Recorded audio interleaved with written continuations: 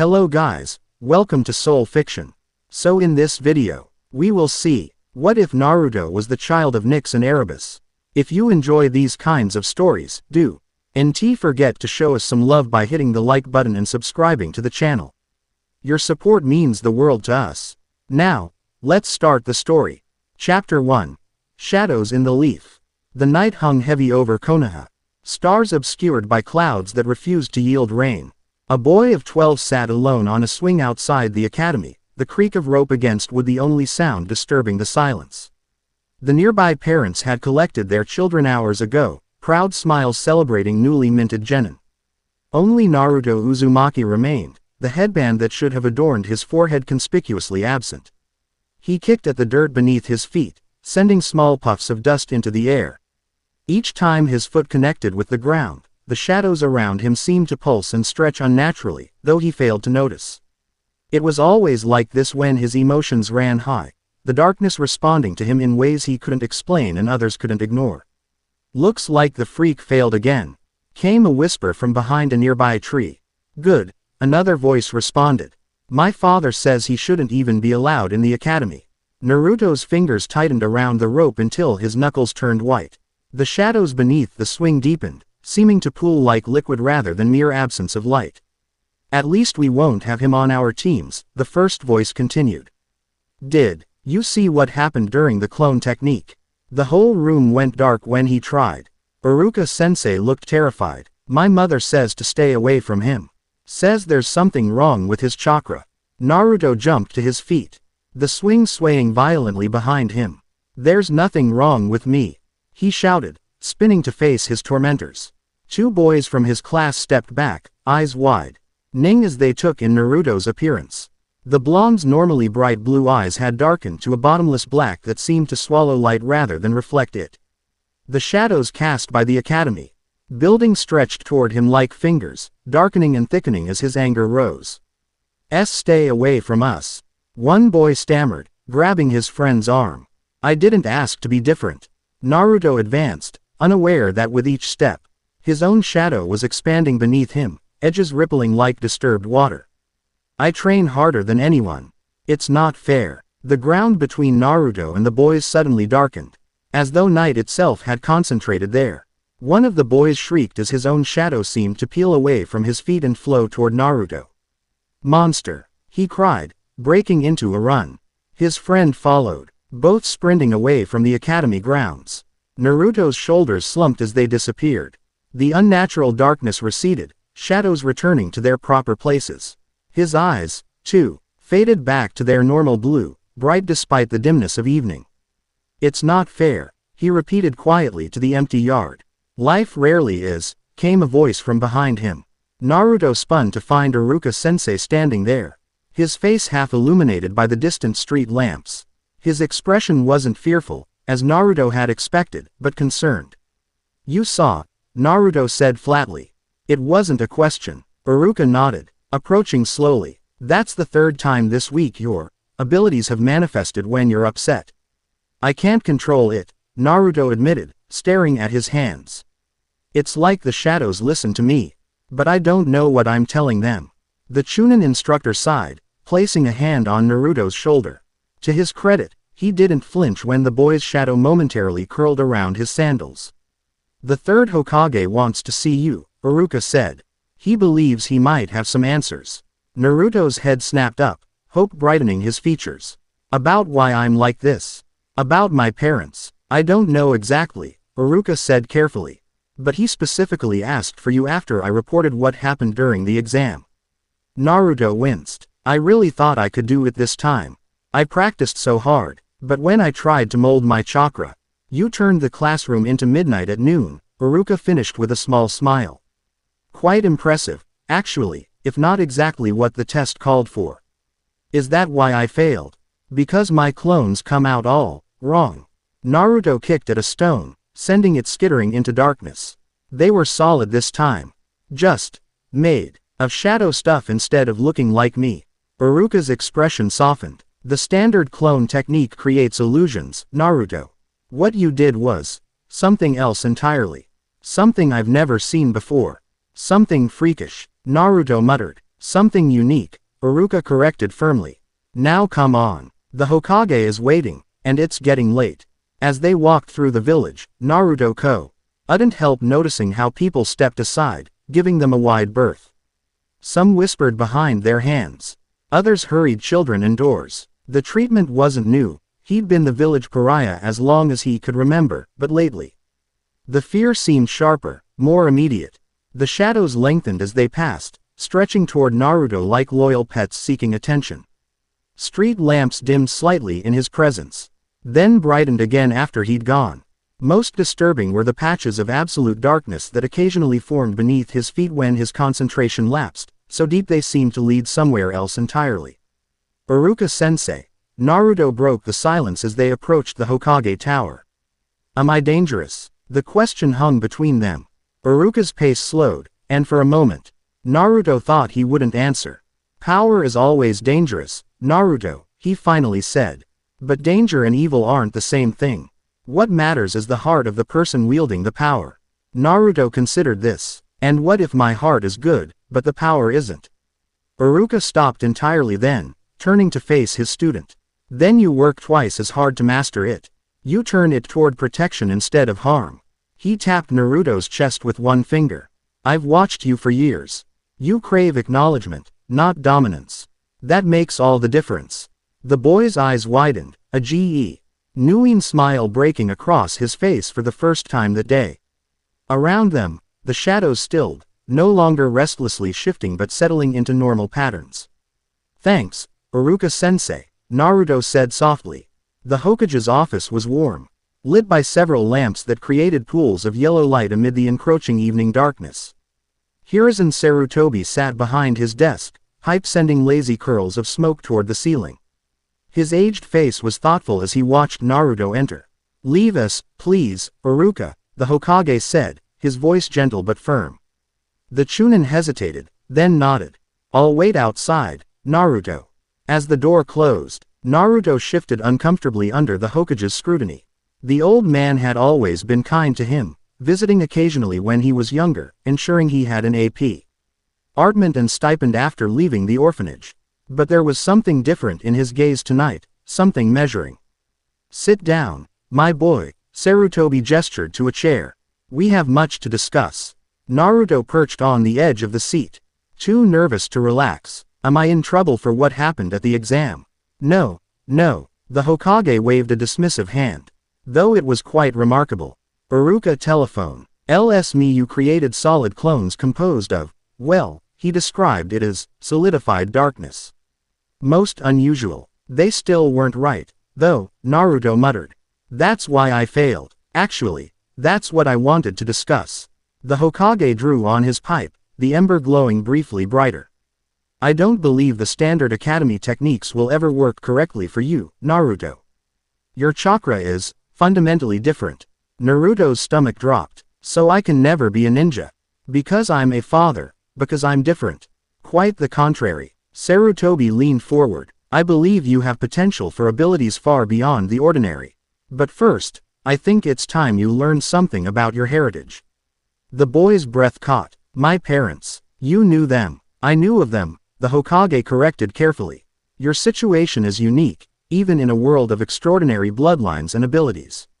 Naruto leaned forward eagerly. Were they powerful ninja? Did they have the same weird shadow powers?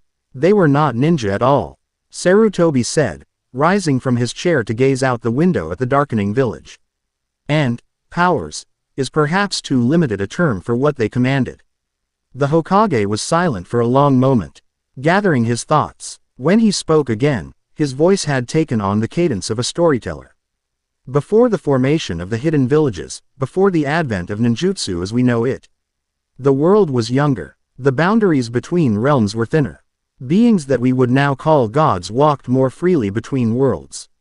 Naruto frowned, uncertain where this was going.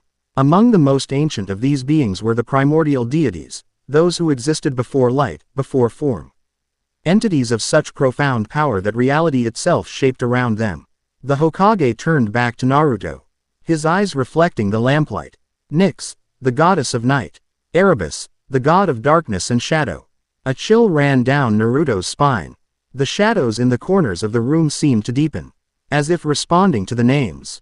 "What does this have to do with me?" he asked, though something deep within him already suspected the answer. 12 years ago, during the night of the Nine Tails attack, something else happened. Something few in the village know about. Sarutobi returned to his seat, leaning heavily on his desk. As the fox rampaged, a rift opened in the sky above Konoha. From it descended a woman of impossible beauty, with skin like midnight and eyes filled with stars. In her arms, she carried an infant boy with whisker marks on his cheeks.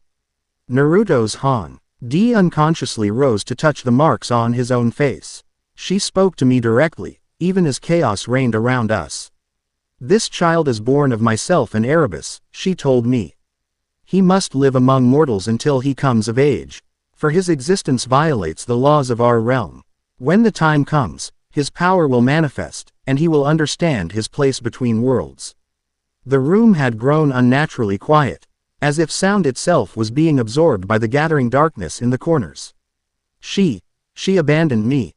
Naruto's voice cracked. "She protected you," Sarutobi corrected gently. "The woman, Nyx herself, told me that a child of primordial deities had never been born with a mortal form before. Such a thing was forbidden.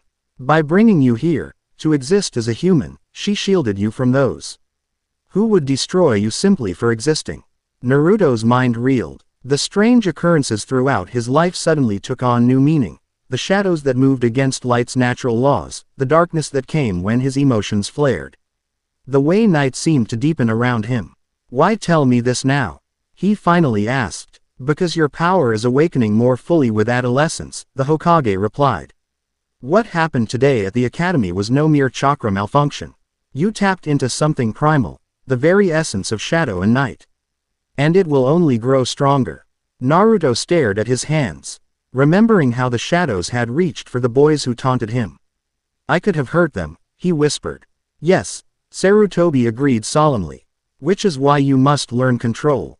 Not through standard jutsu, but through understanding your unique nature." "How? Who could possibly teach me?" The Hokage smiled slightly. "We have some specialists who might help. But first, I believe you deserve a chance to become a genin through means better suited to your abilities." He reached into a drawer and withdrew a scroll sealed with an ancient-looking symbol, a circle of deep blue containing a pattern of stars. "This contains techniques that work with darkness rather than against it. Techniques that might feel more natural to you." He held it out to Naruto. "Study it tonight. Tomorrow, you will demonstrate what you've learned for Iruka. If successful, you'll have earned this." From another drawer, he produced a Konoha headband. Hope surged in Naruto's chest, momentarily overshadowing the shock of his origins. "Really? I can still be a ninja?" "You can be whatever you choose to be, Naruto," the Hokage said seriously. "Divine parentage or not, you have lived as a child of Konoha. Your choices remain your own." As Naruto reached for the scroll, the shadows around his hand seemed to sharpen, becoming more defined. The seal glowed faintly in response. "One last thing," Sarutobi said, his voice lowering. "For your safety in the villages, we've told people that you are the Jinchuriki of the Nine Tails, that the fourth Hokage sealed the fox within you to save Konoha. That's why everyone fears me," Naruto realized. "But it's a lie. A necessary protection," the Hokage corrected. "The truth of primordial deities walking the earth would cause far greater panic than the existence of a Jinchuriki. And it shields you from those who might seek a child of such power." Naruto's fingers tightened around the scroll. "Does anyone else know?" "Only myself and now you." The Hokage's expression was grave. "Not even Iruka knows the full truth, though he suspects you're more than ordinary. It must remain this way for now, Naruto. Do you understand?" Slowly, the boy nodded. Part of wanted to shout the truth from the rooftops. He wasn't a monster containing a demon, but the son of gods. Yet he understood the danger. Already, people feared what little power had manifested. The full truth would only isolate him further. "I understand," he said quietly. "But someday, I'll be strong enough that it won't matter. I'll protect this village so well that they'll have to acknowledge me, no matter where I came from." The Hokage's weathered face creased in a smile. "I believe you will." He gestured toward the door. "Now go." Study the scroll. Tomorrow is the first day of your new path. As Naruto left the tower with Iruka, the night seemed different somehow. Not an absence of light, but a presence of something ancient and vast. The stars overhead twinkled more vibrantly than he remembered, as if welcoming a long-lost child of their domain. For the first time, the darkness didn't feel like something to fear. It felt like coming home. Dawn found Naruto bleary-eyed but exhilarated. He'd spent the night poring over the scroll, practicing the strange techniques it contained. Unlike standard ninjutsu, which fought against his natural affinity, these methods embraced the darkness that had always been part of him. The scroll contained 3 primary techniques. Shadow Step, which allowed instantaneous movement between areas of darkness. Night Veil, which could conceal the user in shadows even in broad daylight. And Umbral Construct, a method of creating solid objects from darkness itself, a more advanced version of what he'd accidentally done during the academy exam. His AP armament now bore the marks of his practice, scorch marks where shadows had concentrated too densely, furniture moved aside to create space. But he'd made progress, real progress. Naruto splashed water on his face, studying his reflection in the mirror.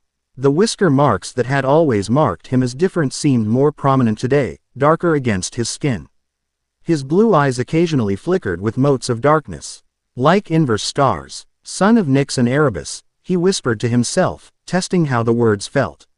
They seemed too grand, too mythic for a boy who'd spent his life being the dead last, the outcast. The prankster seeking any form of attention. Yet something resonated within him at the names, a recognition deeper than memory. Shaking his head, Naruto grabbed the scroll and headed for the academy. Iruka had agreed to meet him early, before other students arrived, to evaluate his progress. The morning streets were quiet, shopkeepers just beginning to set up for the day. Fei W gave Naruto suspicious glances as he passed, but he kept his head high. Let them think what they wanted. Someday, he'd prove himself to all of them. The academy yard was empty when he arrived, dew still clinging to the grass. Naruto settled on a bench to wait, unrolling the scroll for one last review. The ancient symbols seemed to shift on the parchment, as if alive in the early morning light. "You're early," came Iruka's voice, startling him. "I'm impressed." Naruto looked up with a grin. Couldn't sleep much anyway. Too busy practicing. The Chunin nodded, taking a seat beside him. "The Cage told me he gave you alternative techniques to study. He didn't specify what they were." "Shadow stuff," Naruto said, deliberately vague. "Things that actually work with whatever weird chakra I have instead of fighting it." "Show me," Iruka said simply. Naruto stood, moving to the center of the yard where the shadow of a large tree created a pool of darkness. He took a deep breath, centered himself as the scroll instructed, and focused on the connection between his inner darkness and the external shadow. "Shadow Step," he whispered. One moment he stood in front of Iruka, the next, he was 20 feet away at the base of the tree, emerging from its shadow as if rising through water. The transition was smooth, with none of the smoke or sound that accompanied conventional jutsu. Iruka's eyes widened. "Impressive. What else?" Naruto grinned, enjoying his teacher's surprise. He formed a seal with his hands, not one taught at the academy, but a pattern shown in the scroll. Night Veil. Shadows around him deepened and stretched, wrapping around his body like a living cloak. Within seconds, he had vanished from sight, though a subtle darkening of the air marked his position to a trained eye. "I can move while maintaining this," Naruto's voice came from the distortion. "But bright light makes it harder to hold." "Useful for stealth operations," Iruka commented, his professional assessment belying his amazement. "And the third technique." The veil dissolved, shadows retreating to reveal Naruto once more. For this final demonstration, he closed his eyes, extending both hands before him. The concentration on his face was intense. Umbral Construct. Darkness gathered between his palms, swirling like liquid before solidifying into a perfect replica of a kunai. Naruto opened his eyes, grinning triumphantly as he held up the shadow weapon. "I can make basic shapes pretty easily now," he explained. "The scroll says with practice, I'll be able to create more complex things, even multiple constructs at once." He flicked his wrist, sending the shadow kunai flying toward a training post. It struck with a solid thunk, embedding itself just as a real weapon would before dissolving back into ordinary shadow. Iruka was silent for a long moment, assessing what he'd seen.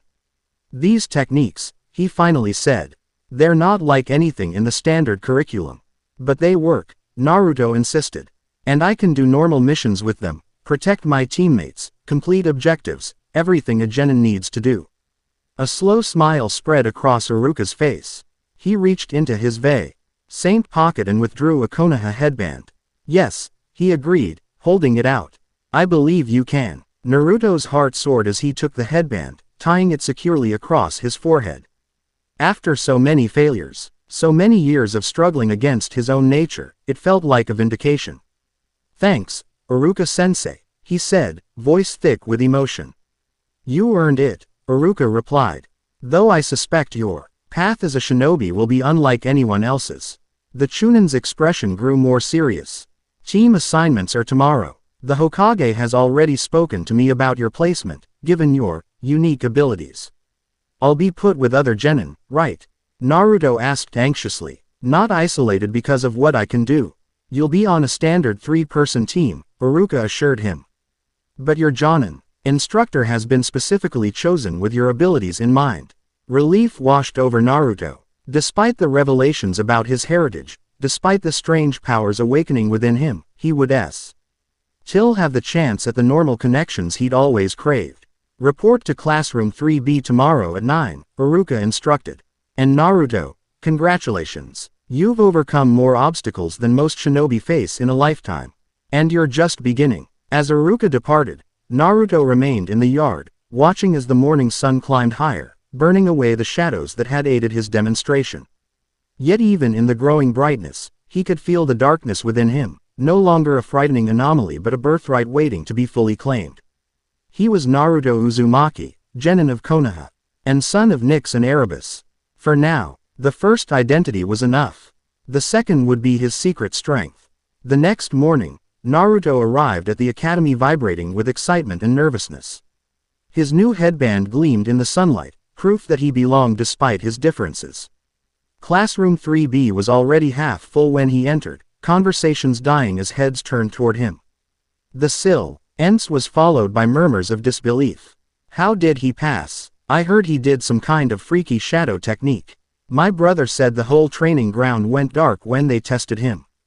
Naruto lifted his chin and strode to an empty seat, ignoring the whispers. A pink-haired girl shifted uncomfortably as he approached the bench where she sat. "Is it okay if I sit here, Sakura?" he asked, trying to sound casual. Sakura Haruno hesitated, green eyes flickering with indecision. Unlike some, she had never been openly hostile toward Naruto, merely distant, a follower of the general sentiment rather than a leader of it. Sure, I guess," she finally said, scooting slightly to make room. Naruto's smile was genuine as he took the seat. Small victories, he told himself. That's how acceptance would begin. The classroom filled gradually. Sasuke Uchiha, last of his clan and top rookie of their year, took a seat in the row ahead, ignoring Naruto completely. The dark-haired boy had always been aloof, but lately, he'd been watching Naruto with narrowed eyes whenever the blonde's abilities manifested. Other familiar faces filed in: Shikamaru Nara, perpetually bored but undeniably brilliant, Choji Akamichi. Already munching on chips despite the early hour, Kiba Inuzuka with his Ninken partner Akamaru perched on his head. Normal kids with normal chakra, about to begin normal shinobi careers. Only one other student gave Naruto pause. Hinata Hyuga entered quietly, taking a seat near the back. As she passed Naruto, her pale eyes, the renowned Byakugan, though currently inactive, widened slightly. She quickly looked away, a blush spreading across her cheeks, but not before Naruto caught her curious glance. Did she see something different in him? The Hyuga clan was known for their ability to perceive chakra networks. What did his look like to those all-seeing eyes? Before he could dwell on it, the classroom door slid open, and Iruka entered with a clipboard. "Congratulations to all of you on becoming genin of Konoha," he began, smiling proudly at the assembled students.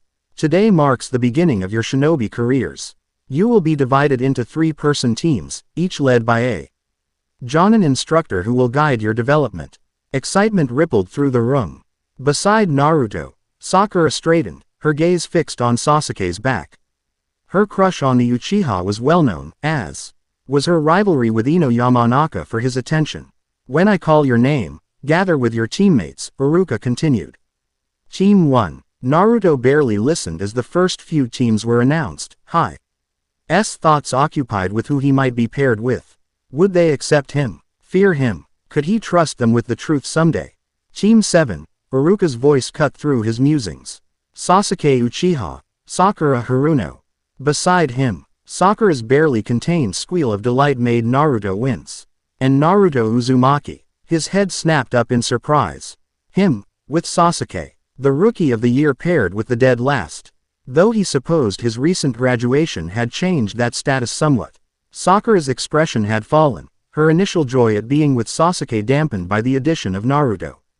Sasuke himself had turned slightly, his dark eyes meeting Naruto's with an unreadable expression. Your Jonin instructor will be Kakashi Hatake, Iruka finished. The name meant nothing to Naruto, though several of the other students murmured in recognition. As Iruka continued announcing teams, Naruto tried to process the implications. Sasuke was talented but cold, focused solely on some private ambition he never shared. Sakura was intelligent but seemingly shallow in her devotion to Sasuke.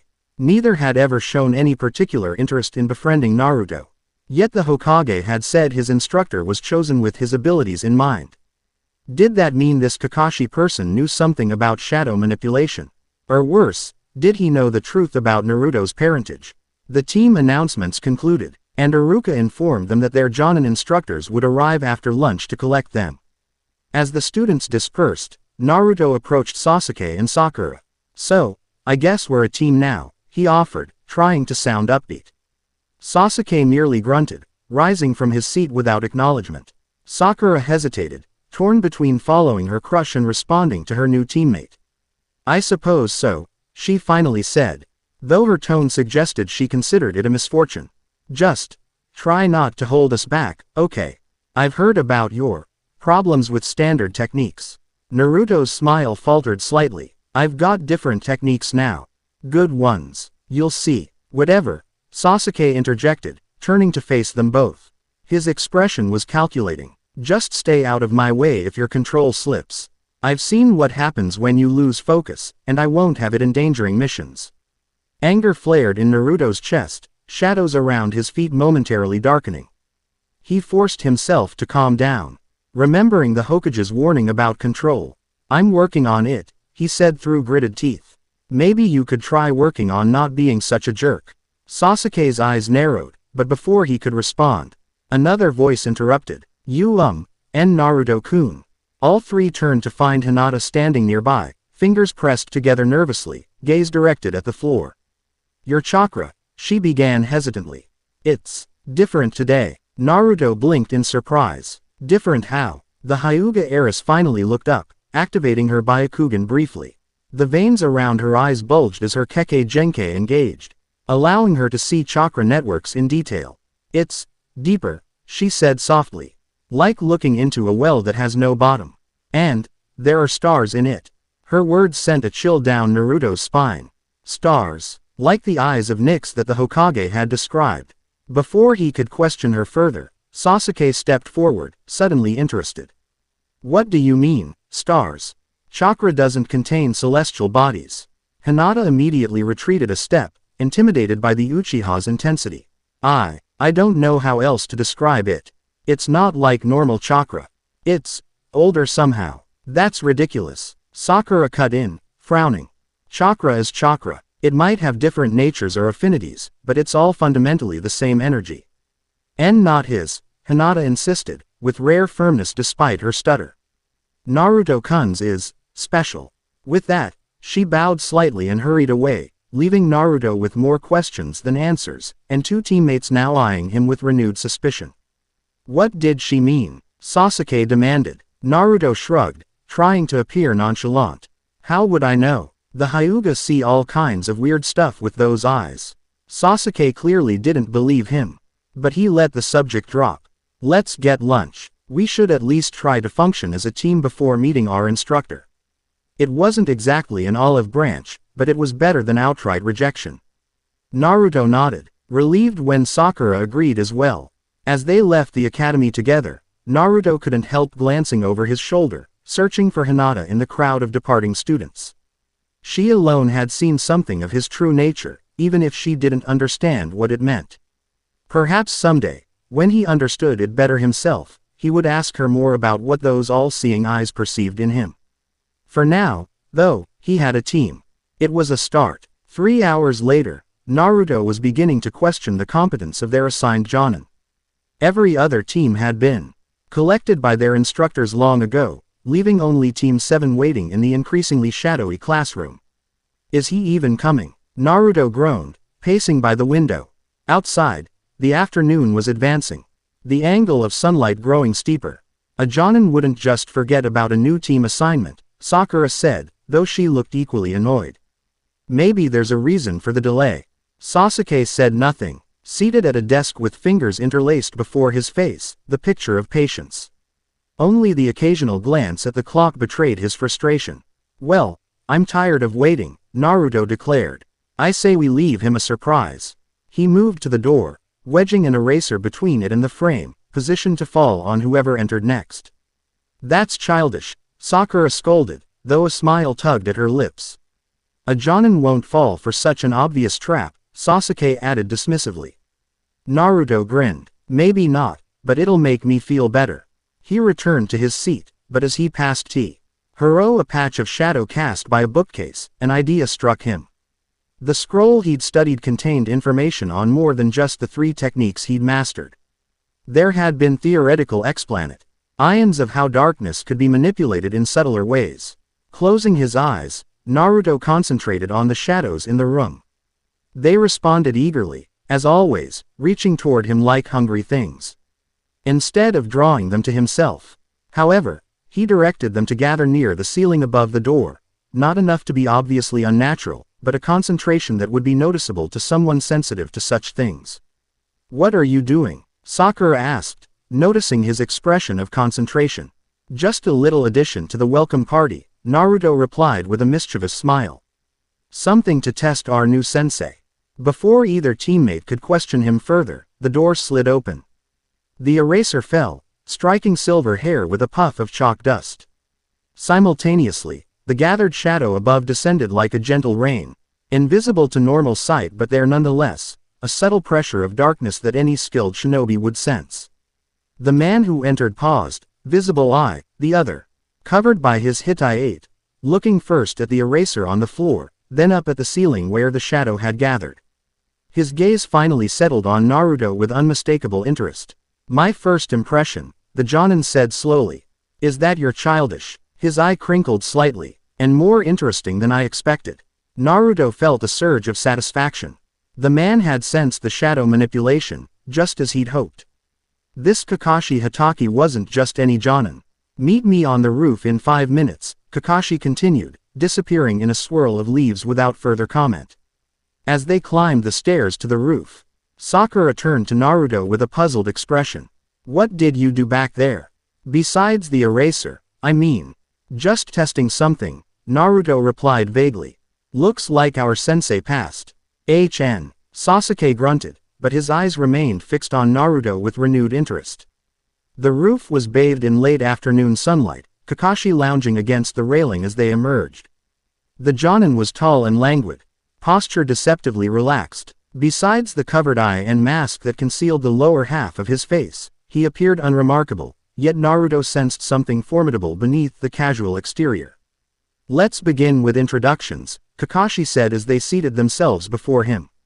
Names, likes, dislikes, hobbies, dreams for the future. That sort of thing. Why don't you go first, sensei? Sakura suggested. Show us how it's done. Kakashi shrugged. My name is Kakashi Hatake. Things I like and things I hate. I don't feel like telling you that. Dreams for the future. Never really thought about it. As for my hobbies, I have lots of hobbies. Naruto exchanged glances with his teammates. They'd learned nothing except his name. You next, Pinky, Kakashi nodded toward Sakura. She bristled at the nickname but complied. I'm Sakura Haruno. What I like is, she glanced at Sasuke, blushing. My hobby is, another glance, deeper blush. My dream for the future. This time her gaze lingered on Sasuke, accompanied by a girlish giggle. And dislikes? Kakashi prompted. Naruto, she declared without hesitation, then immediately looked embarrassed by her outburst. I mean, people who disrupt class and don't take being a shinobi seriously. Naruto winced, but kept his smile fixed in place. He'd expected as much, yet it stung nonetheless. Next, you, Kakashi pointed to Sasuke. My name is Sasuke Uchiha, the dark-haired boy said flatly. I hate a lot of things, and I don't particularly like anything. What I have is not a dream, because I will make it a reality. I'm going to restore my clan, and kill a certain someone. A heavy silence followed his declaration. Sakura stared at him with a mixture of awe and concern, while Naruto shifted uncomfortably. He knew about the Uchiha massacre. Everyone did, but Sasuke's cold determination was unsettling. Right, Kakashi said dryly. Lastly, the shadow worker. All eyes turned to Naruto, who straightened under the scrutiny. For a moment, he considered the standard introduction he'd planned, his love of ramen, his dream of becoming Hokage. But something in Kakashi's knowing gaze made him reconsider. I'm Naruto Uzumaki, he began confidently. I like training and figuring out new ways to use my abilities. I dislike people who judge others without knowing them. He paused, then added with quiet intensity. My dream is to be acknowledged for who I really am, not what people fear I might be. Sasuke's eyes narrowed at the last part, clearly recalling Hinata's strange comments about Naruto's chakra. Sakura looked surprised, perhaps expecting something less thoughtful from the class clown. Kakashi studied him for a long moment before nodding. Interesting. Now, let me tell you about your Genin test. Test, Sakura echoed. But we already passed the graduation exam. That was just to select candidates who might become Genin, Kakashi explained, eye crinkling with apparent amusement. This is the real test. With a failure rate of over 66%. Those who fail get sent back to the academy. The news hit like a bucket of cold water. Naruto clenched his fists, shadows pooling subtly around his feet. He couldn't go back. Not now, not after finally discovering a path that worked with his abilities rather than against them. Meet at Training Ground 7 tomorrow at 5 a.m., Kakashi continued. Bring all your shinobi equipment. Oh, and don't eat breakfast. I smiled. You might throw up. With that cheerful warning, he vanished in another swirl of leaves, leaving 3 stunned Genin hopefuls behind. This is ridiculous, Sakura muttered. Another test. It makes sense, Sasuke said, rising to his feet. The academy exam tests basic skills. This will assess our combat abilities and teamwork. Teamwork, Naruto repeated, catching the implication. You think we need to work together to pass? Sasuke's expression was calculating. It's possible. 3 fresh Genin against a Jonin. Individually, we'd have no chance. It was the most Sasuke had ever said to him, Naruto realized. Perhaps the team assignment was forcing the Uchiha to see him as something other than the class failure. So what's the plan? Naruto asked, looking between his teammates. We should arrive early and assess the training ground, Sasuke replied. Learn the terrain, identify potential advantages. I can help with that, Naruto offered. My shadow techniques work better if I know where all the dark spots are. Sasuke nodded, a reluctant acknowledgement of Naruto's potential usefulness. Sakura, you had the highest academic scores. What do you know about Kakashi Hatake? The pink-haired girl blinked, surprised to be consulted. Not much. He's mentioned in some of the more recent history texts as the copy ninja, said to have mastered 1,000 jutsu. He fought in the Third Shinobi War. So he's experienced and knows a lot of techniques, Naruto summarized. Great. We should meet before the test, Sasuke decided. 4:30, at the training ground entrance. We'll strategize then. It wasn't quite camaraderie, but it was a start. As they parted ways, Naruto felt a cautious hope. Perhaps this team could work after all. His optimism lasted until he rounded the corner and found someone waiting for him. Mizuki, another academy instructor, leaned against a wall with a friendly smile that didn't reach his eyes. He'd always been politely distant with Naruto, neither kind like Iruka nor openly hostile like some teachers. Congratulations on graduating, Naruto, the white-haired Chunin said. Quite an accomplishment, especially with your unique situation. Something in his tone put Naruto on edge. Thanks, he replied cautiously. Iruka-sensei helped a lot. Ah yes, Iruka. Mizuki pushed off from the wall, falling into step beside Naruto. He's always had a soft spot for you. But I wonder if he's doing you any favors by encouraging your unusual abilities. Naruto tensed. What do you mean? Well, Mizuki said with an air of false concern, developing such specialized techniques might make you effective in certain situations, but what about standard combat? Your teammates will know basic ninjutsu that you can't perform. That puts you at a disadvantage. I'm working on it, Naruto muttered, picking up his pace slightly. Of course, Mizuki placated. I only mention it because I might be able to help. There's a special training method that's helped others with challenging chakra conditions. Despite his misgivings, Naruto's interest was piqued. What kind of training? Mizuki smiled, the expression not quite reaching his eyes. There's a scroll in the Hokage's private archive, the Scroll of Sealing. It contains techniques specifically designed to help shinobi with unusual chakra gain better control. Warning bells rang in Naruto's mind. If it's so helpful, why isn't it used more often? Politics, Mizuki sighed dramatically. Some elders believe such techniques should be restricted. But for someone like you, with your potential, he let the implication hang. You want me to steal from the Hokage? Naruto asked bluntly. Mizuki chuckled. Not steal, borrow. Learn what you need, then return it. No one would even know. And think of the advantage in tomorrow's test if you could show Kakashi you've mastered your chakra control overnight. Naruto frowned, considering. It sounded too good to be true, yet Mizuki was an academy instructor. Would he really suggest something harmful?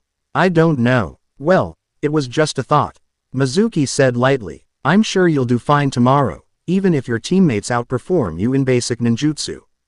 Anyway, I should go. Good luck, Naruto. He walked away, leaving Naruto conflicted. The offer was tempting, yet something felt off. Mizuki had never shown particular interest in his development before. As darkness fell over Konoha, Naruto made his decision. He didn't steal the scroll, but he would inform the Hokage about Mizuki's suspicious suggestion. If the Chunin was testing his character, he'd fail him. If something more sinister was afoot, the Hokage should know. The shadows lengthened around him as he changed direction, heading for the Hokage Tower instead of his apartment. They seemed to urge him forward, as if approving of his choice. The Hokage's office was dimly lit when Naruto arrived, only a single lamp illuminating the elderly leader as he worked through a stack of scrolls. He looked up in mild surprise when Naruto was shown in. Naruto, it's rather late for a visit. Sorry, old man, Naruto said, dropping the formal address he knew he should use. But something weird just happened, and I thought you should know. He quickly explained. His encounter with Mizuki and the instructor's suspicious suggestion. As he spoke, the Hokage's expression grew increasingly grave. You were right to come to me, Sarutobi said when Naruto finished. The Scroll of Sealing contains forbidden techniques, many of which are dangerous even to attempt. It's not a training tool by any means. So Mizuki was lying, Naruto concluded, anger rising. But why? What would he gain? The Hokage's fingers steepled before his face. That remains to be seen. However, this may present an opportunity to discover his true motives. You want to set a trap, Naruto realized. With me as bait, only if you're willing, Sarutobi clarified. It would involve risk. Naruto didn't hesitate. I'll do it. If Mizuki's planning something that could hurt the village, I want to help stop him. The Hokage smiled slightly. Your parents would be proud of that spirit, Naruto. He rose from his desk. Here's what we'll do. The forest clearing was silent but for the occasional rustle of leaves in the night breeze. Naruto sat cross-legged on the ground, a large scroll open before him, not the real Scroll of Sealing, but a convincing replica containing only basic, non-forbidden techniques. Anbu agents concealed themselves in the surrounding trees, waiting. Naruto had performed his part perfectly, making a show of stealing, the decoy scroll, then fleeing to this predetermined location. Now came the waiting game. Hours passed. Naruto genuinely practiced the techniques in the fake scroll, figuring he might as well use the time productively. Midnight came and went. Perhaps Mizuki had been tipped off, or had reconsidered his plan. Then, just as Naruto was beginning to think the operation had failed, a familiar voice called out. "Naruto, there you are." Iruka, not Mizuki, dropped from the trees. His expression a mixture of relief and disappointment. "What were you thinking? The whole village is looking for you." Naruto froze, confused. This wasn't part of the plan. Had the Hokage not informed Iruka about the operation? I was just training," he stammered, trying to think quickly. "Mizuki-sensei told me about this scroll and—" "Mizuki?" Iruka's expression sharpened. "What did he tell you?" Before Naruto could answer, the whistle of shuriken cut through the air. Iruka shoved Naruto aside, taking several hits that would have struck the boy. "I'm impressed you found him first." "Iruka," Mizuki's voice came from above. The white-haired Chunin perched on a branch, 2 large shurikens strapped to his back. "But then, you always did have a knack for finding the demon brat." Iruka pulled a shuriken from his shoulder, blood staining his Chunin vest. "So it's true. You're a traitor." Such harsh words, Mizuki chuckled. "I prefer opportunist. That scroll is worth a fortune to the right buyer. And eliminating the 9 tails Jinchuriki in the process. That's just a bonus." Naruto's eyes widened. Mizuki believed the cover story, that he contained the 9-tailed fox. Did he have any idea what Naruto really was? "Run, Naruto," Iruka shouted. "Take the scroll and go." Mizuki laughed. "Yes, run, demon fox. But before you do, wouldn't you lick to know why the village has always hated you?" "Don't," Iruka yelled. 12 years ago, the 9-tailed fox attacked our village," Mizuki continued, ignoring Iruka's protest. "The 4th Hokage couldn't kill it, so he sealed it into a newborn baby. That baby was you, Naruto. You were the 9-tailed fox." The words hung in the air. Naruto stood still, processing not the lie itself, which he Dai knew to be false, but the malice behind it. Mizuki truly believed he was a demon, a monster to be destroyed. "That's why everyone hates you," Mizuki pressed, mistaking Naruto's silence for shock. "Even Iruka. His parents were killed by the fox, by you. He's been pretending to care while loathing you all along." "That's not true," Iruka shouted. "Naruto is not the fox. He's one of my precious students, and a shinobi of Konoha." Something warm unfurled in Naruto's chest at those words. Iruka believed in him, even thinking he contained a demon. What would the Chunin say if he knew the truth, that instead of a fox, Naruto carried the blood of primordial deities? "How touching," Mizuki sneered, drawing one of the giant shuriken from his back. "Then you can die together." He hurled the massive weapon, its path aimed directly at Naruto. Time seemed to slow as the boy watched it approach, mind racing through options. Traditional dodging would leave Iruka, injured and positioned behind him, vulnerable. A standard shadow clone would be useless against the solid weapon. But he wasn't limited to standard techniques anymore. "Night Veil," Naruto whispered, hands forming the seal he'd practiced. The shadows around him surged, wrapping around both himself and Iruka in a cocoon of darkness. The shuriken passed through the space where they had been, embedding itself in a tree trunk with a solid thunk. When the veil dissipated, they stood 3 meters to the left, Naruto supporting the wounded Iruka. Mizuki's eyes widened in shock. "What the? That wasn't a substitution jutsu." "No," Naruto agreed, easing Iruka down to rest against a tree. "It's something else entirely." He stepped forward, blue eyes darkening to black as his anger rose. "Something you wouldn't understand." The night around them deepened, stars overhead seeming to dim as if their light was being absorbed. The temperature dropped noticeably, breath fogging in the suddenly chill air. What are you doing?" Mizuki demanded, a note of fear entering his voice for the first time. "Stop it. You tried to use me," Naruto said, voice low. "You lied to me, attacked my sensei, and planned to blame me for theft. All because you think I'm a monster." He lifted his hands, and shadows rose from the ground like living things, writhing and reaching toward the traitorous Chunin. You want to see what a real monster looks like, Mizuki-sensei. Naruto's voice had changed, an echo underlying his words as if they came from somewhere vast and ancient. I'll show you. The Anbu concealed in the trees held their positions, watching in fascination and alarm as darkness literally bent to the boy's will. This went beyond any shadow manipulation technique they'd seen before. Mizuki panicked, throwing his second giant shuriken in desperation. Die, demon! Naruto didn't dodge this time. Instead, he extended one hand, and a wall of solid shadow rose from the ground before him, absorbing the impact of the weapon completely. My turn, he said quietly. Umbral construct. The darkness around him condensed, forming not one but dozens of shadow clones, each solid, each with eyes of absolute blackness. They surrounded Mizuki in an instant, cutting off all routes of escape. This is for Iruka-sensei, Naruto said. The clones attacked in unison, a blur of fists and feet.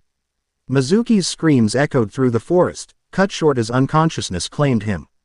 When the assault ended, the traitor lay battered but alive, the shadow clones dissolving back into ordinary darkness. Naruto stood over Mizuki's prone form, his own eyes gradually returning to their normal blue. The unnatural darkness receded, stars brightening once more overhead. Maybe I overdid it, he said sheepishly, turning to where Iruka sat wide-eyed against the tree. The Chunin stared at him for a long moment before speaking. Naruto, what was that? Those weren't normal shadow clones. Naruto hesitated, unsure how much to reveal. The Hokage had said only he knew the full truth. But after what Iruka had just witnessed, it's a special technique, he finally said. Something that works with my unique chakra. Iruka looked skeptical but nodded slowly. Well, whatever it was, you saved both of us. I'm proud of you, Naruto. The simple words meant more than the Chunin could know. Despite the display of strange power, despite years of believing Naruto contained the nine tails, Iruka was still proud of him. Anbu operatives materialized around them, securing the unconscious Mizuki and the decoy scroll. One with a cat mask approached Naruto. The Hokage wants to see you immediately, she said. We'll handle things here. Naruto nodded, turning to Iruka.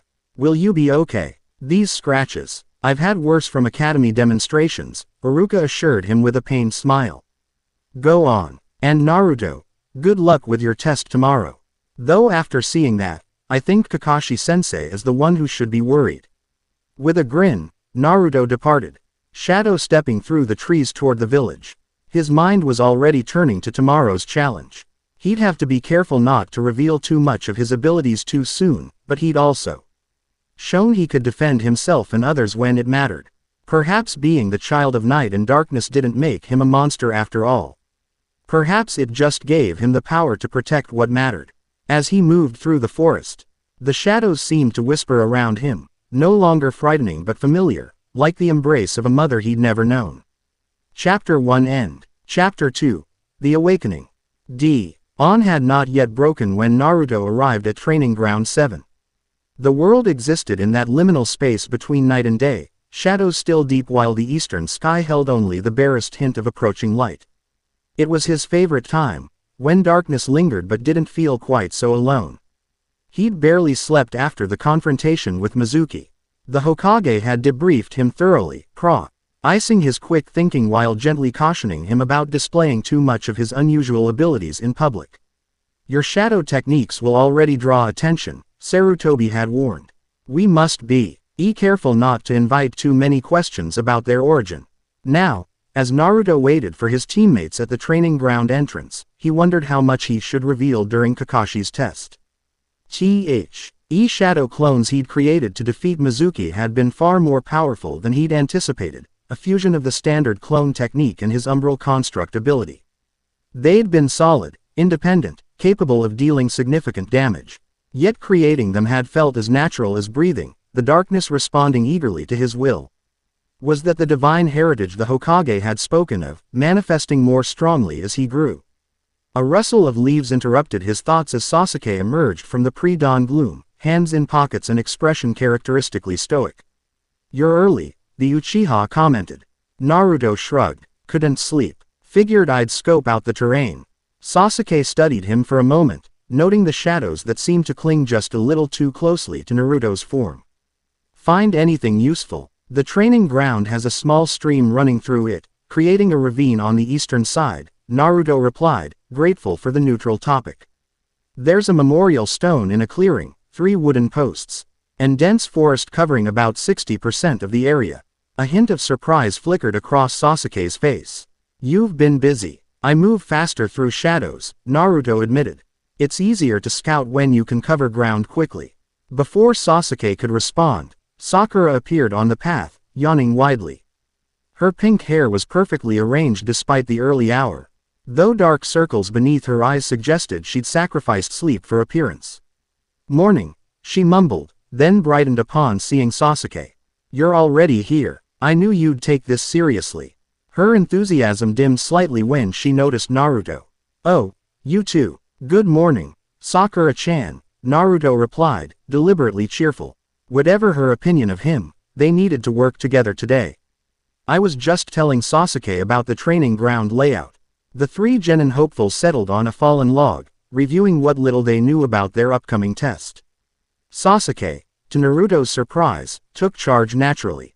We have no idea what specific challenge Kakashi will set, the Uchiha said. But given standard Jonin assessment protocols, it will likely test our combat abilities, decision-making, and teamwork.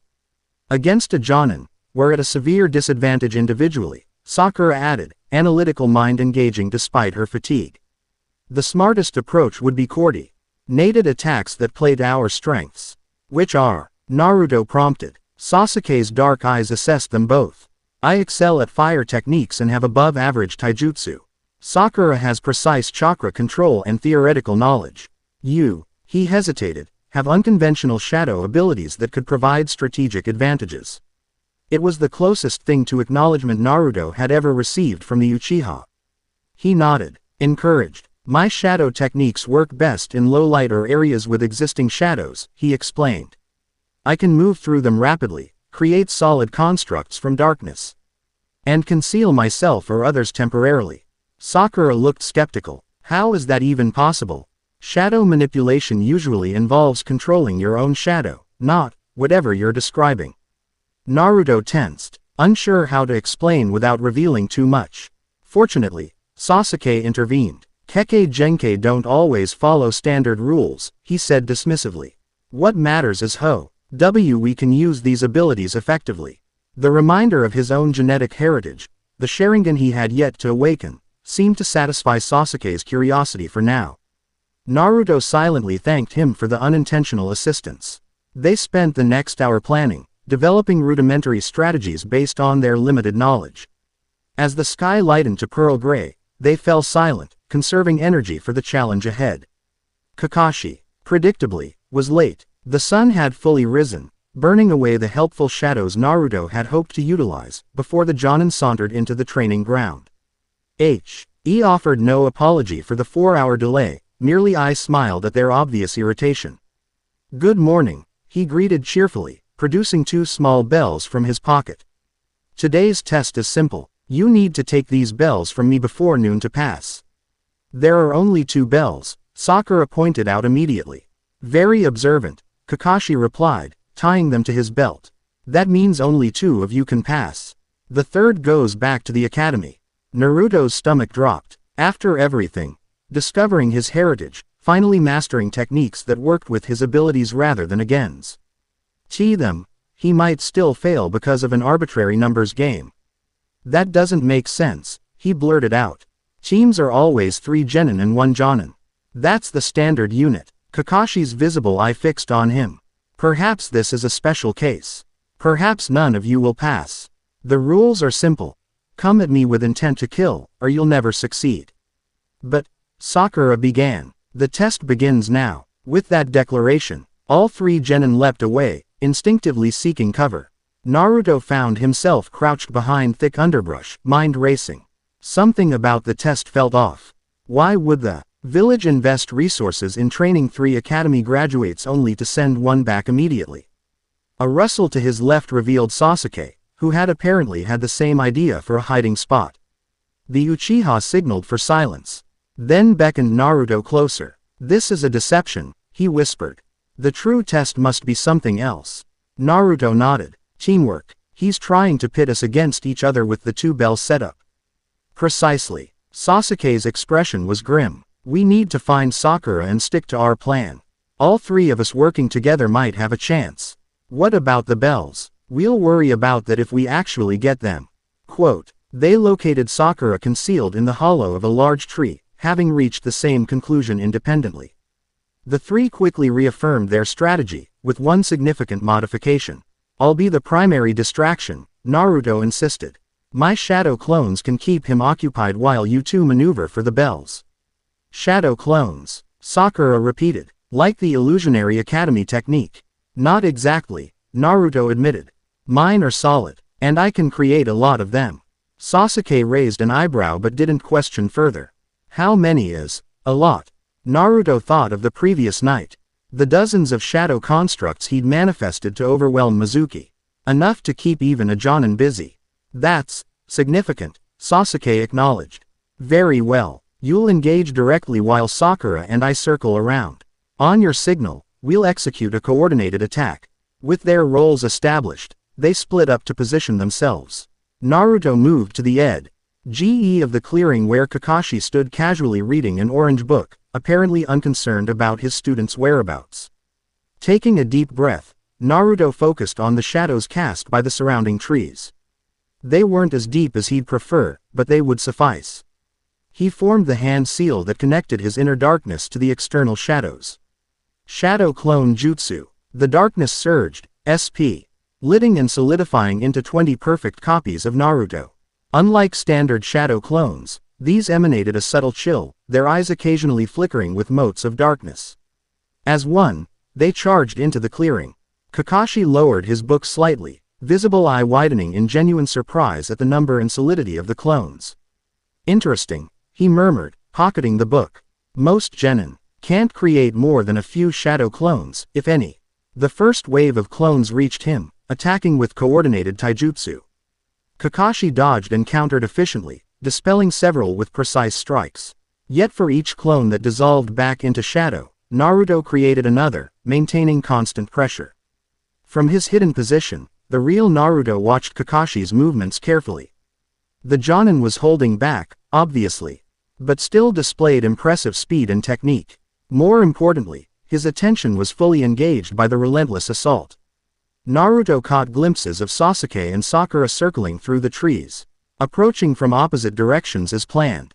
When they reached their positions, he created 5 more clones, then made the signal, a distinctive hand gesture. That would look like ordinary combat movement to Kakashi. On cue, Sasuke's hands flashed through seals. Fire style. Phoenix flower jutsu. Multiple small fireballs shot from the Uchiha's mouth, forcing Kakashi to leap backward. The Jonin twisted midair to avoid the flames, landing in a precise spot, exactly where they'd anticipated. Sakura emerged from concealment, hands forming a basic academy genjutsu. It wasn't powerful, but timed with Sasuke's ninjutsu and the shadow clone's continued assault, it created a crucial moment of disorientation. Naruto seized the opportunity, directing 2 NES to dive for the bells while simultaneously shadow-stepping behind Kakashi, emerging from the Jonin's own shadow to attempt a restraining hold. For a breathless moment, it seemed their plan might succeed. Then Kakashi moved with blinding speed, dispelling the clones reaching for the bells, breaking Naruto's hold, and countering Sakura's genjutsu in one fluid sequence. Not bad, the Jonin commented, suddenly standing atop one of the training posts. Working together was the right approach. But you'll need to do better than that. Undeterred, the 3 genin regrouped. Their first attempt had failed. But they'd confirmed their suspicion. Teamwork was indeed the key. More importantly, they'd gauged Kakashi's reactions, gathering valuable data for their next attempt. He's fast, Sasuke muttered. Faster than I expected. And he recognized my genjutsu immediately, Sakura added. We need something less predictable. Naruto nodded, mind racing. What if we use the environment more? The stream, the dense forest, create situations where his superior skills are less advantageous. The ravine, Sasuke agreed. We could force him into a confined space. They quickly formulated a new plan. This time, Sasuke would lead with a fire jutsu to herd Kakashi toward the ravine. Sakura would use her precise chakra control to disrupt the ground beneath the Jonin's feet. And Naruto, I'll be waiting in the shadows of the ravine. He confirmed. When he's off balance, I'll restrain him long enough for you two to grab the bells. The second attempt went more smoothly than the first. Sasuke's fireball, larger than before, successfully drove Kakashi toward the ravine. Sakura, having positioned paper tags with minor explosion seals, detonated them strategically to limit the Jonin's movement options. Within the shadows of the ravine, Naruto waited. The darkness here was deeper, feeding his abilities. As Kakashi descended, avoiding Sasuke's continued fire attacks, Naruto felt the shadows respond to his call with unprecedented eagerness. Umbral binding, he whispered, a technique he'd glimpsed in the scroll but hadn't fully mastered. The shadows of the ravine twisted, stretching upward like grasping hands. They wrapped around Kakashi's limbs, momentarily immobilizing him. The Jonin's visible eye widened in genuine surprise. This was clearly not a standard shadow binding technique. Sasuke and Sakura converged from opposite sides, hands reaching for the bells. For a heartbeat, victory seemed within grasp. Then Kakashi's form dissolved into a log, a substitution jutsu executed despite the shadow restraints. The real Kakashi appeared behind Naruto, kunai held casually to the Genin's throat. Creative, he acknowledged, but a Jonin always has contingencies. The test continued. In this fashion for another hour, the Genin team gradually improving their coordination, Kakashi always staying one step ahead. Their frustration mounted with each failed attempt, yet so did their determination. During a brief respite, as they regrouped in the forest, Naruto noticed something change in Sasuke's demeanor. The aloof disdain had been replaced by focused intensity. The Uchiha was Akshua, looking at him, at Naruto specifically, with something approaching respect. Your shadow techniques, Sasuke said abruptly. They're not like anything in the academy curriculum. Naruto tensed. I told you, I got special training because standard methods don't work for me. That's not standard training, Sasuke insisted. That's something else entirely. His dark eyes narrowed. Those shadows respond to you like they're alive. Before Naruto could formulate a response, Sakura interrupted. We're running out of time. It's almost noon. She was right. The sun had climbed high, shadows shortening across the training ground. They had perhaps 20 minutes remaining before the test concluded. One more attempt, Sasuke decided. All or nothing. Their final plan was both simpler and more complex than previous efforts. Rather than trying to outmaneuver a superior opponent, they would create a situation where Kakashi had to choose between the bells and something else of value. When they emerged from the forest, it was not to attack but to confront.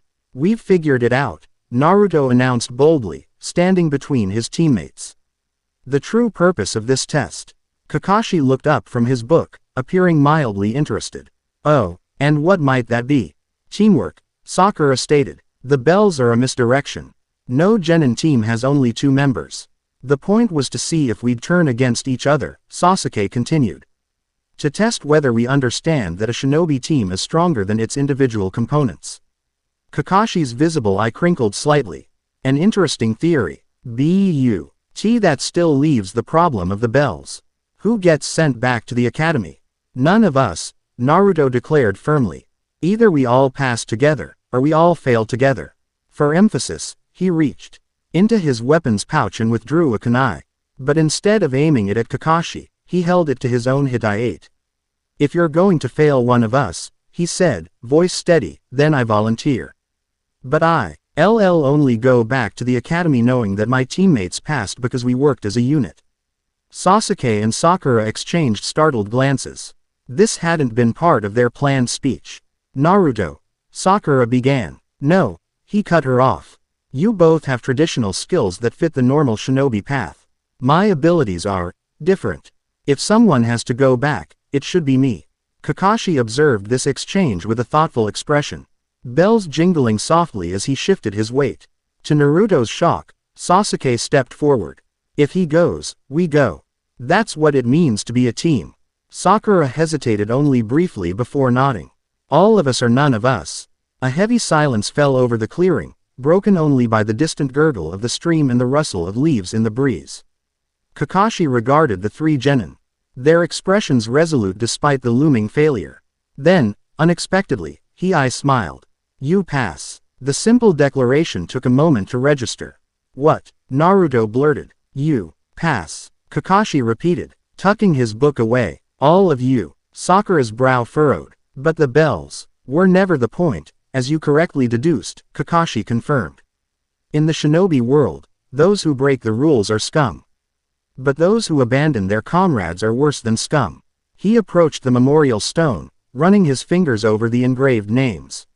"This monument bears the names of Konoha's heroes, those who gave everything for their village and their teammates. True strength comes not from individual skill, but from bonds that cannot be broken." The Jonin turned back to them. His casual demeanor momentarily set aside. "You three have much to learn, but you've grasped the most important lesson already. From this moment forward, you are officially Team 7. Relief washed over Naruto like a cool wave. They'd done it. Despite his unusual abilities, despite the secrets he kept, he was now a genuine member of a shinobi team. As they gathered their equipment, preparing to leave the training ground, Kakashi held Naruto back briefly. "Those shadow techniques," the Jonin said quietly. "Very impressive for a new genin." Naruto shifted uncomfortably. "Thanks. It's just what works for me." Kakashi's eye studied him with unexpected intensity. "The Hokage briefed me about your unique situation. Not the full details, I suspect, but enough to know you're not a typical student." Naruto's heart raced. How much did Kakashi know? Did he understand about Nyx and Erebus, or did he simply believe the Nine Tails cover story? "I want you to know," Kakashi continued, "that you and you Sual abilities are not unwelcome on my team. In fact," he briefly lifted his Hitai-8, revealing a single Sharingan that swirled with Tomo patterns. "I understand something about having powers that set one apart." The revelation of the transplanted Sharingan, a Kekkei Genkei that should only exist in Uchiha clan members, stunned Naruto into silence. "Training begins tomorrow, 8 a.m., Kakashi said, lowering his headband once more. "Don't be late." With that parting instruction, ironic, given his own tardiness, the Jonin vanished in a swirl of leaves.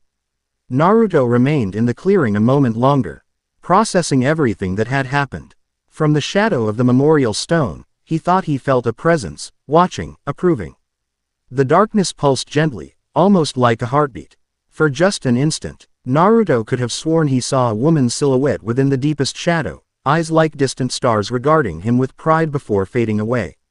"Naruto," Sakura called from the path. "Are you coming?" Shaking off the strange sensation, he hurried to join his teammates. Whatever challenges lay ahead, he would face them not alone, but as part of Team 7. The following weeks established a rhythm for the newly formed team. Each morning brought D-rank missions, mundane tasks that tested their patience more than their skills. Afternoons were dedicated to training, with Kakashi providing general guidance while allowing each genin to develop their natural strengths. For Naruto, this meant careful exploration of his shadow abilities. Away from his teammates' curious eyes, Kakashi helped him refine his techniques, offering insights gained from years of copying and studying thousands of jutsu. "Your shadow manipulation isn't like the Nara clans," Kakashi observed during one such session. "Theirs extends their own shadow to capture others. Yours seems to communicate with darkness itself." Naruto, panting from exertion after maintaining a complex shadow construct for nearly 10 minutes, nodded. "It's like the shadows want to help me. Like they recognize me somehow." Kakashi's expression remained carefully neutral. "Interesting. And these abilities are getting stronger." "Yeah." Naruto wiped sweat from his brow. "Especially when I'm emotional or in danger. And they work better at night or in deep shadows." The Jonin made a noncommittal sound, jotting notes in a small book. "Try the binding technique again. But this time, focus on the sensation of the shadows as extensions of yourself rather than separate entities." As Naruto practiced, Kakashi watched with his Sharingan occasionally exposed, analyzing the flow of chakra. What he saw clearly troubled him, though he kept his concerns private. Meanwhile, team dynamics slowly evolved. Sasuke remained aloof but no longer openly disdainful. recognizing the value of Naruto's unusual abilities in their coordinated exercises. Sakura, too, gradually warmed to her blonde teammate, especially after he used his Shadow S. Tepping to rescue her cat target from a precarious tree during a D-rank mission. That was actually pretty cool, she admitted afterward, surprising both herself and Naruto with the compliment. Life settled into an almost comfortable pattern, until the day Naruto overheard a conversation that was never meant for his ears. He'd been returning to the training ground to retrieve a kunai he'd left behind when voices from the memorial clearing stopped him. Kakashi and the Hokage stood before the stone, their tones serious. Developing faster than anticipated, Kakashi was saying, "The shadow manipulation is becoming more fluid, more instinctive, almost as if the darkness responds to him rather than him controlling it." As expected, the Hokage replied. With adolescence, his heritage asserts itself more strongly. Naruto froze, concealing himself behind a tree. They were discussing him. The other day, Kakashi continued, during an evasion exercise, he disappeared entirely for nearly 30 seconds. Not hiding, disappeared. When he returned, he seemed disoriented, mentioned seeing stars without a sky. The Hokage's pipe glowed as he inhaled deeply. The boundaries grow thin for him. That's concerning. What exactly are we dealing with, Lord Hokage? Kakashi asked directly. The power I'm observing goes beyond any Kekkei Genkai I've encountered. Beyond even Jinchuriki abilities. A long silence followed, broken only by the old man's contemplative exhalation of smoke. What I tell you cannot go beyond this clearing, Kakashi, the Hokage finally said. Not to the council, not to your fellow Jonin. Not even to Naruto himself until the time is right. Understood. The story of the Nine Tails being sealed within him is a fabrication, a cover to explain his unusual chakra and the village's wariness of him. Kakashi's visible eye widened slightly. Then what? 12 years ago, as the Nine Tails attacked our village, another event occurred simultaneously. A rift opened in the very fabric of reality, and through it came beings not of our world. Naruto's breath caught. The Hokage was revealing everything. Primordial deities, Sarutobi continued, entities of such ancient power that even the tailed beasts are young by comparison. Nyx, goddess of night. Erebus, god of darkness. And with them, an infant boy with whisker marks upon his cheeks. Naruto, Kakashi breathed. He's their son. The Hokage confirmed. The first and only child born of primordial deities in human form. His existence violated cosmic laws, they told me. He needed to live among mortals until he came of age. Protected from those who would destroy him simply for existing. Kakashi was silent for a long moment, processing this revelation. And his powers, manifestations of his divine heritage. The ability to command shadows, to move through darkness, to create from void. These are but glimpses of what he might eventually wield. Is he dangerous? Kakashi asked bluntly. The Sion sent a cold spike through Naruto's heart. Was that how his sensei saw him? A potential threat. Any power can be dangerous, the Hokage replied carefully. But Naruto himself, I believe he remains fundamentally human despite his divine blood. He seeks acceptance, not dominance. Connection, not worship. Relief flooded through Naruto, followed quickly by renewed anxiety as Kakashi spoke again. And when he comes of age, as you put it, what then? The Hokage sighed heavily. That remains uncertain. His mother, Nyx herself, spoke of a time when he would understand his place between worlds. Whether that means returning to their realm or remaining here as a bridge between dimensions. I cannot say. How much does he know? I've told him of his parentage, but not the full implications. He's still a child, Kakashi. Divine blood notwithstanding. Too much knowledge too soon could overwhelm him. Their voices began to fade as they walked away from the memorial, leaving Naruto rooted in place. Mind reeling with revelations. The Nine Tails story was indeed a complete fabrication. He truly was the child of primordial gods. And someday, he would have to choose between worlds. But which world would want him? Here in Konoha, he was feared and mistrusted despite his efforts. And the realm of his parents, a place he'd never seen, filled with beings who had forbidden his very existence, seemed equally unwelcoming. Where did he truly belong?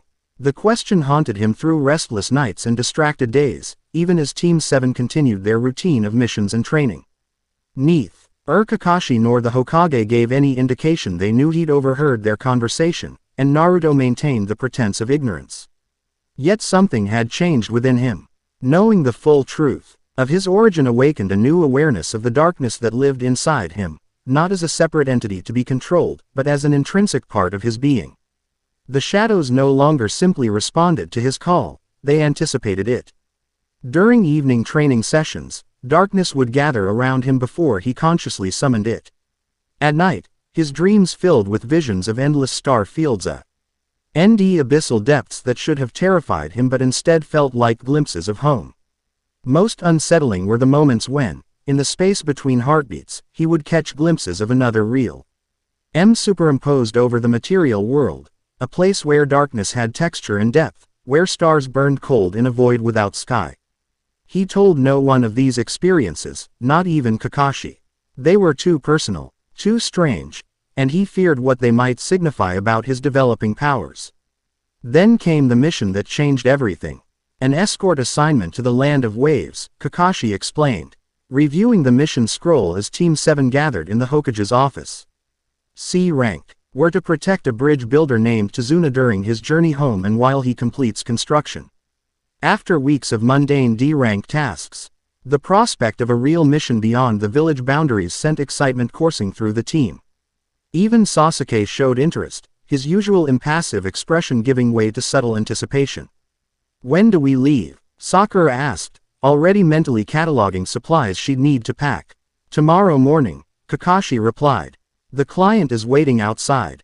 Best behavior, everyone. Tazuna proved to be a gruff, older man with the weathered features of someone who'd spent a lifetime working outdoors. The strong smell of alcohol suggested he'd been fortifying himself for the journey with liquid courage. "These are my guards," he scoffed, eyeing the genin critically. "They're just children, especially the short one with the stupid expression." Naruto bristled, Shad, OWS at his feet momentarily darkening before he regained control. "I'm a fully qualified genin of Konoha, old man. You'd be surprised what I can do." "Naruto," Kakashi warned quietly. "The client's assessment of our capabilities is irrelevant. We will fulfill our mission regardless." The rebuke stung, but Naruto nodded his understanding. Professionalism came before pride. They departed at dawn the next day, leaving through Konoha's massive gates with supplies for a multi-week mission. The weather was pleasant, early autumn sunshine warming their backs as they established a comfortable traveling pace. For Naruto, it was the first time he'd ever left the village. The forests surrounding Konoha gave way to rolling hills and scattered farmland, each new vista filling him with wonder. The world was so much larger than he'd imagined, full of sights and sounds and smells that overwhelmed his senses. "Close your mouth, Dobi," Sasuke muttered as they walked. "You look like an idiot." "It's just," Naruto gestured expansively, "everything's so big." A ghost of a smile flickered across Sasuke's face before disappearing. "This is nothing. Wait until you see mountains or the ocean. The Land of Waves is an island nation," Sakura offered, drawing on her academic knowledge. "We'll have to cross the sea to reach it." "The sea," Naruto's eyes widened. "Like actual ocean, with waves and everything." Even Tazuna seemed amused by his enthusiasm. "First time out of the village, kid." Naruto nodded, slightly embarrassed but too excited to care. "As the bridge you're building going to cross the ocean. Not the open ocean," Tazuna explained, warming slightly as he discussed his project. "The Land of Waves is separated from the mainland by a narrow stretch of water. My bridge will connect our island to the continent, opening trade routes that have been controlled by shipping companies for generations." He spoke with pride, but Naruto caught an undercurrent of tension in his voice. The bridge builder kept glancing over his shoulder, as if expecting pursuit. Kakashi noticed it too. The Jonin's posture remained casual, but his visible eye missed nothing, scanning their surroundings with practiced vigilance. They'd been traveling for several hours when Naruto noticed something odd, a puddle on the road despite no rain having fallen for days. More strangely, the shadows within the puddle seemed wrong somehow. Not responding to light as water should. Before he could mention it to Kakashi, their sensei walked directly past the puddle, apparently oblivious. Naruto opened his mouth to call out a warning when the water erupted. Two figures burst from the puddle, connected by a spiked chain that whipped around Kakashi before he could react. With a vicious pull, the attack hers seemingly shredded the Jonin into bloody pieces. One down, one of the attackers growled, turning toward the stunned genin and their client. Kakashi-sensei. Sakura screamed, horror etched across her face. Sasuke reacted first, launching shuriken that pinned the attacker's chain to a nearby tree. He followed with a flying kick that separated the two assailants, breaking their formation. Freed from their shared weapon, the attackers split up, one heading for Tazuna, the other for Naruto. Metal claws gleamed on their gauntlets, tipping fingers with what Naruto immediately recognized as poison. "Protect the client," Sasuke shouted to Sakura, who moved to stand before Tazuna with kunai drawn. The attacker charging Naruto slashed with his poisoned claws. Naruto dodged, but barely. The claws tore through his sleeve, grazing his hand. Immediately, a burning sensation spread from the wound. Poison. His vision blurred momentarily, anger and fear mingling with the toxin's effects. The shadow at his feet responded to his distress, expanding unnaturally. What the? His attacker hesitated, noticing the darkness gathering around Naruto. It was all the opening Naruto needed. With the last of his clear focus, he formed the seal for Shadow Step, sinking into his own shadow just as the attacker lunged again. He emerged behind his opponent, the darkness traveling with him like a cloak. Before the attacker could turn, Naruto drove a kunai into the man's shoulder, not a killing blow, but enough to incapacitate. The assailant howled in pain, staggering forward before collapsing to his knees. Meanwhile, Sasuke had successfully subdued the second attacker, a well-placed kick rendering him unconscious. "Well done," came Kakashi's voice as the Jonin stepped from the trees, completely unharmed. "You're alive," Sakura exclaimed, relief washing over her features. "Substitution jutsu," Kakashi explained casually, gesturing to a pile of shattered logs where his body had been. "I wanted to see who they were targeting." His gaze shifted to Tazuna, who suddenly found the ground extremely interesting. "Care to explain why two missed Chunin, the demon brothers, specifically, are attacking a simple escort mission?" Tazuna's shoulders slumped. "I couldn't afford a B-rank mission," he admitted. "But I need protection. There's a man, a shipping magnate named Gato. He's taken over our country, strangled our economy. My bridge is our last hope, and he wants me dead before I can complete it." Kakashi's expression hardened. "You deliberately misrepresented the mission parameters, placing my team at risk." "Please," Tazuna begged. "The Land of Waves is a poor country. We scraped together everything we had for this C-rank fee. If you abandon me now, I'll surely be killed, and my people will lose all hope." A tense silence fell over the group. This mission was clearly beyond the scope of what genin should face. Assassins targeting their client, a wealthy magnate funding the attacks. "It's your call, Kakashi-sensei," Sakura said quietly. "This is at least a B-rank mission now." Kakashi turned to his team. "What do you think? We could return to Konoha, report the deception, and request a more experienced team take over." "No way," Naruto declared immediately, clutching his injured hand. "These people need help. We can't just walk away." "For once, I agree with the Dobi," Sasuke added, surprising everyone. "We've already engaged the enemy. Turning back now would be unsatisfying." Sakura hesitated, weighing the dangers against her teammates' resolve. "If both Naruto and Sasuke want to continue, then I'm in too.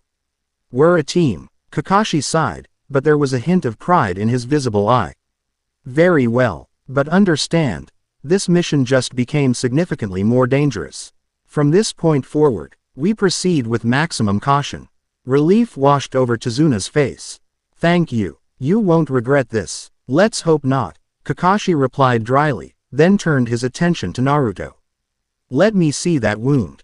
Naruto extended his hand, wincing as Kakashi examined the shallow cut. "The poison. Yes, we need to extract it quickly," Kakashi confirmed, reaching for his medical kit. Before he could open it, however, Naruto felt a strange sensation, a cooling flow beneath his skin as the shadows around his feet seemed to pulse. The burning pain receded rapidly, replaced by a numbing cold. "What's happening?" Sakura asked, noticing the darkening around Naruto's wound. Kakashi's eye narrowed, Sharingan briefly exposed as he examined the injury. The poison, it's being neutralized. Indeed, when he wiped away the blood, the wound had already begun to close, darkness seeming to stitch the edges together before fading to normal healing tissue. I didn't know you could heal yourself, Sasuke commented, watching with undisguised interest. Neither did I, Naruto admitted quietly. Another manifestation of his heritage. The thought was both exhilarating and unsettling. Kakashi bandaged the wound despite its rapid healing, then secured the demon brothers to a tree for retrieval by Konoha forces. A messenger hawk was dispatched to the village with details of the mission's upgraded status. We continue on foot until we reach the coast, Kakashi instructed. From there, Tazuna will arrange sea transport to the land of waves. The journey resumed with heightened vigilance. Naruto found himself wrestling with mixed emotions, excitement over discovering a new aspect of his abilities, anxiety about what other powers might manifest unexpectedly, and an odd sense of displacement when he recalled how the shadows had responded to his injury without conscious direction. They were becoming more proactive in protecting him. By late afternoon, they reached the coast in a vast expanse of water stretching to the horizon, painted orange and gold by the setting sun. Naruto stopped in his tracks, awestruck by the sheer scale of the ocean. It's endless, he breathed. That's just the beginning, Tazuna said, pointing to a distant haze on the water. The land of waves lies beyond that mist. They made camp in a sheltered cove, planning to cross at dawn when Tazuna's contact would bring a boat. As darkness fell, Naruto volunteered for first watch, finding comfort in the deepening shadows. He sat on a rocky outcrop overlooking the gentle waves, listening to their rhythmic washing against the shore. The others slept nearby, Kakashi's sensitive hearing alert even in slumber. The nearly full moon cast silver light across the water, creating a complex interplay of brightness and shadow that mesmerized Naruto. He extended his hand, experimentally calling to the darkness between moonbeams. It responded eagerly, swirling around his fingers like affectionate tendrils. We're the same, aren't we? He whispered to the shadows. Both caught between worlds. The darkness pulsed, almost like a heartbeat, and Naruto had the distinct impression it was acknowledging him. Not as master to servant, but as kin recognizing kin. A soft footfall on the rocks interrupted his communion. He turned to find Sakura approaching, her pink hair silvered by moonlight. Couldn't sleep? He asked as she settled beside him. She shook her head. Too much thinking. Today was intense. Yeah, Naruto flexed his healed hand. Not exactly the C-rank escort mission we signed up for. They sat in companionable silence for a moment, watching the moonlight play across the waves. Naruto was acutely aware that this was the first time Sakura had sought out his company voluntarily. Can I ask you something? She finally said, voice hesitant. Naruto tensed slightly but nodded. Sure, your abilities. She paused, choosing her words carefully. They're not like anything taught at the academy. Not even like clan techniques I've read about. It wasn't quite a question, but the implication was clear. She wanted an explanation. I have a unique chakra condition, he replied, sticking close to the cover story. Standard techniques don't work for me, so the Hokage arranged special training. Sakura's intelligent green eyes studied him. That doesn't explain why Dao's move toward you even when you're not using techniques. Or how your wound healed itself today. Naruto swallowed hard. He couldn't tell her everything, but perhaps a partial truth would satisfy her curiosity without revealing too much. I have an affinity for darkness, he said carefully. Stronger than normal elemental affinities. It's like the shadows recognize me somehow. Because of the 9 tails? She asked quietly. Naruto started. You know about that. My parents mentioned it once, she admitted. They told me to stay away from you because of what was sealed inside you during the attack 12 years ago. I didn't understand then, but after seeing your abilities. Relief mingled with guilt in Naruto's chest. The 9 tails cover story was providing a convenient explanation, saving him from revealing his true heritage. Yet he hated lying to his teammate, especially now that she was making an effort to understand him. It's complicated, he said, neither confirming nor denying. But I'm still just Naruto. I'm not dangerous, at least, not to my friends. Sakura seemed to accept this, nodding slowly. What you did today, stepping into your own shadow to appear behind that attacker, that was impressive. The compliment warmed him more than he expected. Thanks. I've been practicing a lot. Could you? She hesitated. Could you show me? Not the stepping thing, but something with the shadows. Naruto blinked in surprise. No one had ever asked to see his abilities out of curiosity rather than assessment. Really? You want to see? When she nodded, he grinned and turned toward the ocean. The moonlight created perfect conditions, strong light and deep shadow intermingling across the water's surface. Extending his hands, Naruto called to the darkness. It responded immediately, coalescing into wispy shapes that danced above the waves, birds in flight, fish leaping, delicate patterns that shifted and flowed with gentle grace. Sakura gasped softly beside him. It's beautiful, she whispered. Like a shadow puppet show, but without the puppets. Encouraged by her reaction, Naruto increased the complexity, creating a miniature replica of Konoha from darkness, the Hokage monument, the academy. Even tiny figures moving through shadow streets. How are you doing that? Sakura asked, wonder replacing her usual analytical tone. It's so detailed. I just ask the shadows, and they listen. Naruto replied honestly. It feels natural, like they want to help me create things. The shadow Konoha dissolved, reforming into a perfect likeness of Team 7 standing together. Naruto added little details. Kakashi's book, Sasuke's hands in his pockets, Sakura's smile, his own exuberant posture. That's us, Sakura said softly. Yeah. Naruto let the image hold for a moment before releasing it, the shadows reluctantly returning to their natural patterns. That's how I see us, anyway. A real team. Sakura was quiet for a long moment. I haven't been a very good teammate to you, have I? The unexpected acknowledgement caught Naruto off guard. You're doing fine, he assured her. We're all still figuring this out. No, I've been unfair, she insisted. I judged you based on what others said, not on who you actually are. Her gaze met his directly. I'm sorry, Naruto. The simple apology meant more than she could know. For years, Naruto had sought acknowledgement from the villagers. From his peers, anyone who might see beyond their fears to the person he was trying to become. Here, finally, was someone making that effort. Thanks, Sakura-chan, he said, emotion making his voice slightly rough. That means a lot, she smiled, then yawned widely. I should try to sleep. Thanks for showing me your shadow art. As she returned to camp, Naruto remained on the rocks, a new warmth in his chest tempering the eternal chill of his shadow abilities. One small step toward acceptance, toward belonging. Perhaps there was hope for finding his place in this world after all. Dawn brought mist rolling in from the sea, thick enough to obscure visibility beyond a few dozen meters.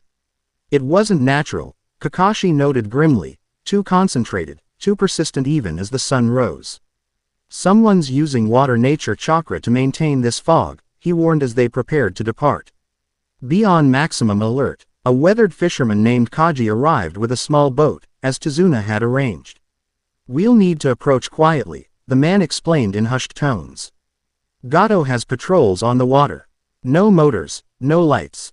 They boarded silently, the boat barely large enough for 5 passengers. Kaji pulled them through the mist, following channels only he could recognize in the obscured waters.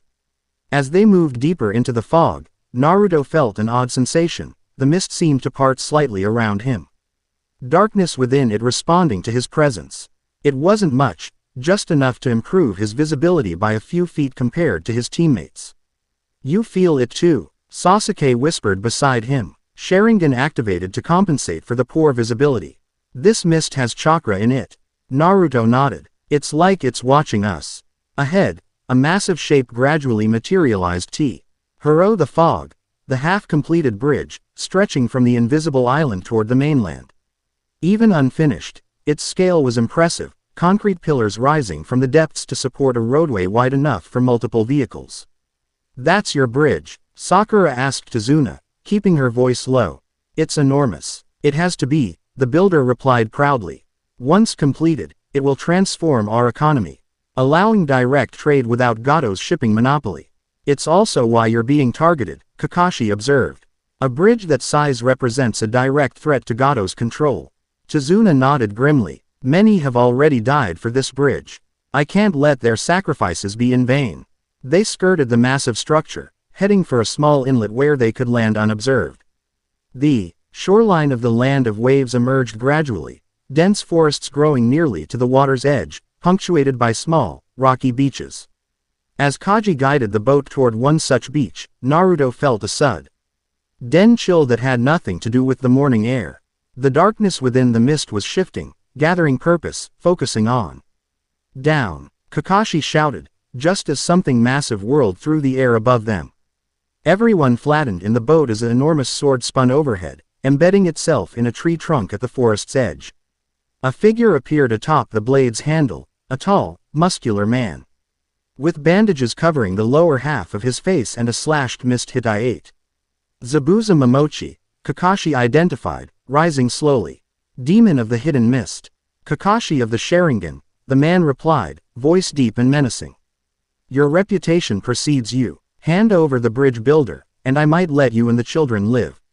Not happening, Kakashi answered calmly, raising his hitate to reveal his Sharingan eye. Team 7. Defensive formation around Tazuna. This opponent is beyond your level. They scrambled to obey as the boat reached shore, positioning themselves in a triangle around their client with weapons drawn. Naruto felt adrenaline coursing through him, the shadows at his feet responding to his heightened emotional state by darkening and sharpening. Zabuza laughed, a chilling sound. Look at them, playing at being ninja. Those brats are barely out of the academy, Kakashi. Is this really the best Konoha can offer as protection? Don't underestimate my team, Kakashi replied evenly. Focus on me, Zabuza. I'm your opponent. The missing nin formed a hand seal, and the mist thickened dramatically. Hidden mist jutsu, he intoned. The silent killing technique begins. Zabuza vanished from view, his voice seeming to come from everywhere at once. 8 points.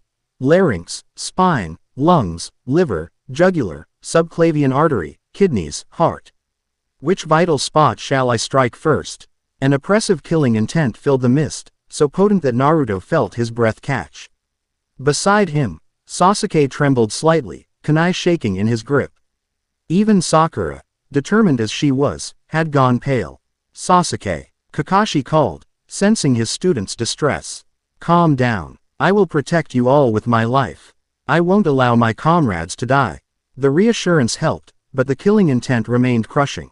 Naruto fought to control his breathing, focusing on the shadows that responded to his fear. Rather than letting them disperse or lash out randomly, he directed them to sharpen his senses. To his surprise, the darkness within the mist began to take shape in his perception, not visually, but as a kind of pressure or texture he could feel. And within that texture, he detected a disturbance moving rapidly toward Kakashi-sensei, behind you. Naruto shouted. The warning came just in time. Kakashi spun, kunai meeting Zabuza's massive blade with a metallic clang. The two Jonin, N-level shinobi engaged in a blur of movement. Zabuza's raw power matched against Kakashi's technical precision and Sharingan-enhanced reflexes. How did you know? Sasuke hissed, glancing at Naruto. I could feel him moving through the shadows in the mist, Naruto explained quickly. It's like, they tell me things. Before Sasuke could respond, water exploded nearby as Zabuza drove Kakashi into the shallows. Their sensei recovered quickly, and the battle moved onto the water's surface, both ninjas standing atop it using chakra control. We need to get Tazuna further inland, Sakura urged. Away from the water where Zabuza has the advantage. They began retreating toward the forest, eyes straining to follow the high-speed combat through the mist. Kakashi appeared to gain the upper hand, using his Sharingan to predict and counter Zabuza's movements. Then disaster struck. A water clone blindsided Kakashi, creating an opening that the real Zabuza exploited instantly. Water prison jutsu. Kakashi found himself trapped in a sphere of dense water, Zabuza's hand maintaining the prison from outside. This special prison is inescapable, the missing nin gloated. You're out of options, Kakashi. Run, Kakashi ordered from within the watery sphere. Take Tazuna and get out of here. He can't move while maintaining this jutsu. Like hell, Naruto muttered, shadows gathering around his feet. We're not abandoning you. Zabuza created a water clone to pursue them, the duplicate advancing menacingly with sword raised. Playing at being ninja, it mocked. When I was your age, my hands were already stained with blood. The demon of the mist, Sakura whispered. I've read about this. He killed his entire academy graduating class before he was even a genin. And I'll add you 3 to my count, the clone threatened. Naruto's mind raced. The real Zabuza couldn't move while maintaining the water prison. If they could force him to release Kakashi. Sasuke, he said quietly. I have a plan, but I need a distraction. The Uchiha glanced at him, then nodded fractionally. Fire style might create steam in this mist. Cover. Exactly. On my signal. The water clone advanced as they whispered. Sword gleaming dully in the diffuse light. Pathetic, it growled. At least die with some dignity. Now, Naruto shouted. Sasuke's hands blurred through seals. Fire style. Great fireball jutsu.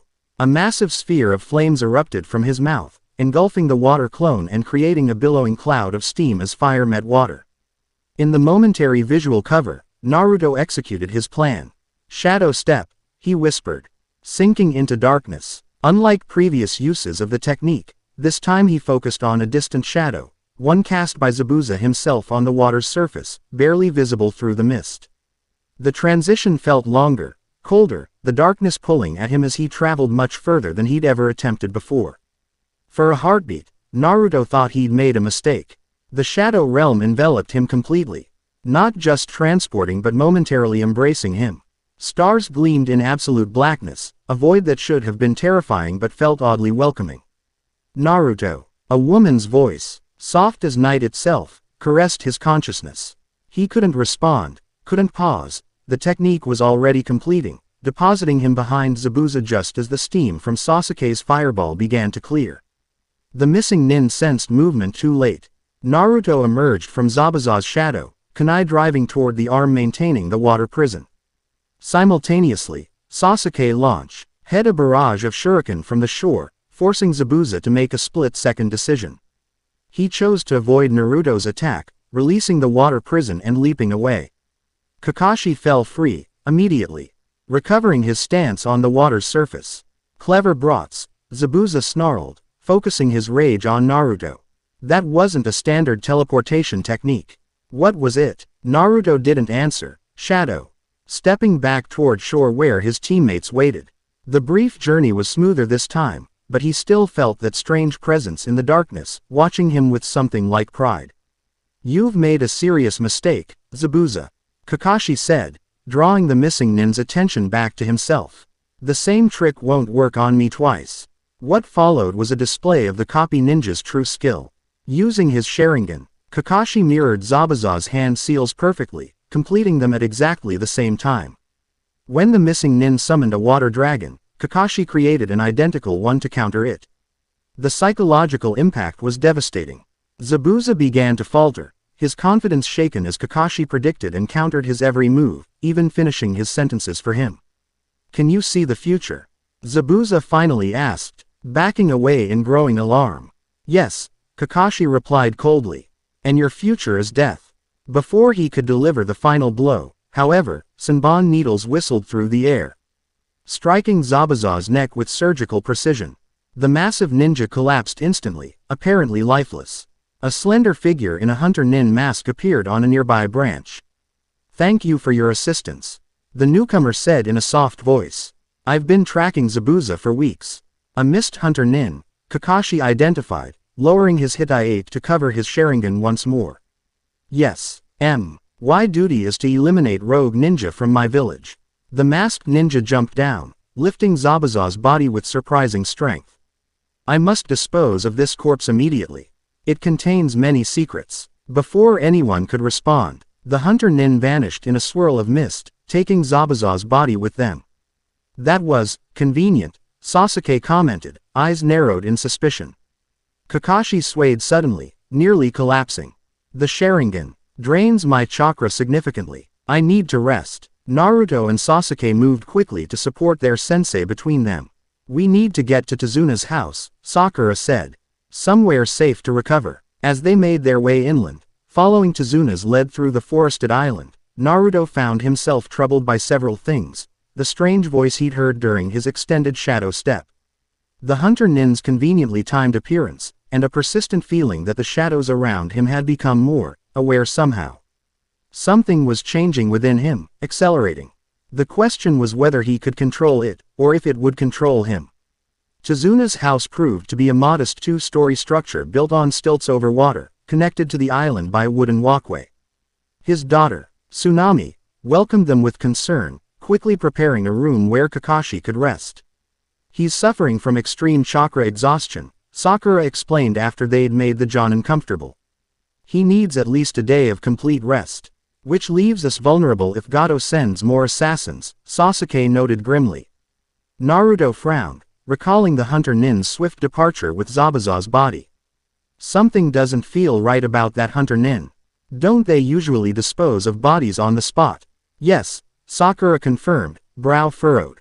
"I've read that Hunter Nin typically destroy everything except the head, which they take as proof of elimination."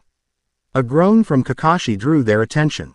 Their sensei's visible eye opened slowly, focusing with apparent effort. "Zabuza is still alive," he stated flatly. The declaration sent a chill through the room. "But we saw him die," Tazuna protested. "Those needles went straight through his neck." "Senbon needles," Kakashi corrected weakly. "Precision weapons that rarely kill unless they hit vital organs. A skilled medical ninja can place someone in a temporary death-like state by striking certain pressure points."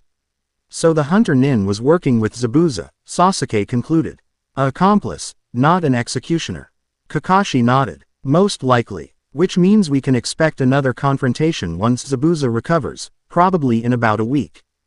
Given his injuries. Then we have a week to prepare," Naruto said, determination hardening his voice. "To get stronger before round 2. Despite his exhaustion, Kakashi managed a slight eye smile. "Precisely. Once I can move again, we'll begin intensive training." That evening, after Tazuna and his family had retired for the night, Team 7 gathered on the house's small veranda. The moon hung low over the water, its reflection rippling with each gentle wave. "We should establish a watch rotation," Sasuke suggested. Even weakened, Kakashi is still a high-value target. And Tazuna remains Gato's primary objective. They agreed on 2-hour shifts throughout the night. Naruto volunteered for the middle watch, when darkness would be deepest and his abilities strongest. After Sakura retired for her rest before the first watch, Sasuke lingered, studying Naruto with unusual intensity. "That technique you used today," he finally said. "Stepping through shadows to appear behind Zabuza. I've never seen anything like it." Naruto shifted uncomfortably. "It's just something I developed. Works with my affinity. Not just anything," Sasuke countered. "You traversed nearly 50 meters instantly. With no hand seals beyond the initial activation. That's beyond standard space-time ninjutsu." "I guess," Naruto admitted. "But it only works with shadows, and the further I go, the more disorienting it is." Sasuke's dark eyes narrowed slightly. "Disorienting how?" Naruto hesitated, uncertain how much to reveal. But something in Sasuke's expression, not hostile, but genuinely curious, prompted honesty. "It's like, for a moment, I'm somewhere else entirely. A place that's all darkness, but not empty. There are stars, but no sky. And sometimes," he paused, remembering the voice that had caressed his consciousness. "Sometimes it feels like something is watching me there." He expected skepticism or dismissal. Instead, Sasuke nodded slowly, his expression thoughtful. "Power often comes with a price," the Uchiha said quietly. "The stronger the ability, the greater the cost." The statement held a weight that suggested Sasuke spoke from personal knowledge. Perhaps related to his own Kekkei Genkai, or the burden of being the last loyal Uchiha. "Yeah," Naruto agreed. "I'm just not sure what price I'm paying yet." Sasuke rose to begin his watch. "Just sure whatever's watching you doesn't take more than you're willing to give." With that cryptic warning, he departed, leaving Naruto alone with the moonlight and his thoughts. The week that followed established a new routine. Mornings were dedicated to training under Kakashi's guidance, focusing on chakra control exercises that would benefit all 3 genin. The Jonin had them practice tree walking and later water walking, techniques that required precise chakra regulation. For Sakura, with her naturally excellent control, these exercises came easily. Sasuke progressed steadily through determination and technical skill. Naruto, however, struggled, his abundant but unusual chakra resisting conventional manipulation. Focus on feeling the boundary between your energy and the tree's surface. Kakashi instructed as Naruto once again blasted himself off the trunk, leaving a charred footprint in the bark. You're using far too much chakra. I'm trying, Naruto grumbled, dusting himself off for the 20th time that morning. It's like trying to pour a single drop from a waterfall. Kakashi considered him thoughtfully, then beckoned him aside while Sasuke and Sakura continued practicing. Your chakra isn't responding because it's not entirely chakra as we understand it, the Jonin explained quietly. Try a different approach. Instead of forcing your energy into a standard pattern, work with its natural affinity. How? Quote, when you use your shadow techniques, you're not forcing the darkness to obey, you're asking it to cooperate, correct? Naruto nodded slowly. It's like a conversation more than a command. Apply that same principle here, Kakashi suggested. Don't try to mold your energy like standard chakra. Instead, communicate your intent to the power within you. Advice was unorthodox but resonated with Naruto's intuitive understanding of his abilities. When he returned to practice, he stopped trying to emulate his teammates' methods. Instead, he closed his eyes and reached inward, to the cool darkness that resided at his core. I need to climb this tree, he communicated silently. Not with force, but with balance. Will you help me? The response wasn't verbal but a subtle shift in the energy flowing through him, like a distant tide changing direction. When he placed his foot against the trunk again, the shadows around it momentarily darkened, then seemed to grip the bark. Naruto walked up the tree smoothly, all the way to the highest branches, where he let out a whoop of triumph. I did it, he called down to his astonished teammates. It worked. Kakashi's eyes smiled proudly. Well done. That's the approach you'll need to take with all standard ninja techniques. Don't fight your nature. Work with it. Afternoons were split between continued training and guarding Tazuna at the bridge construction site. The work proceeded slowly, hampered by dwindling manpower as Gato's oppression drove more villagers to abandon the project out of fear. In the evenings, Team 7 took turns patrolling around Tazuna's house and planning for the inevitable rematch with Zabuza. Kakashi recovered gradually, regaining his strength while teaching them about water and mist-based techniques they might face. Throughout this period, Naruto noticed his shadow abilities continuing to develop in subtle ways. The darkness responded more readily to his call, requiring less conscious direction. His shadow clones formed more quickly and lasted longer. Most notably, the shadow step technique began to feel more natural, the disorienting transition between shadows smoothing out. Yet with this increased facility came unsettling changes. His dreams filled with visions of star-strewn void and whispered conversations he couldn't quite remember upon waking. Occasionally, when using his abilities, he would catch glimpses of another realm overlaid upon the material world, like looking through a veil into someplace both familiar and alien.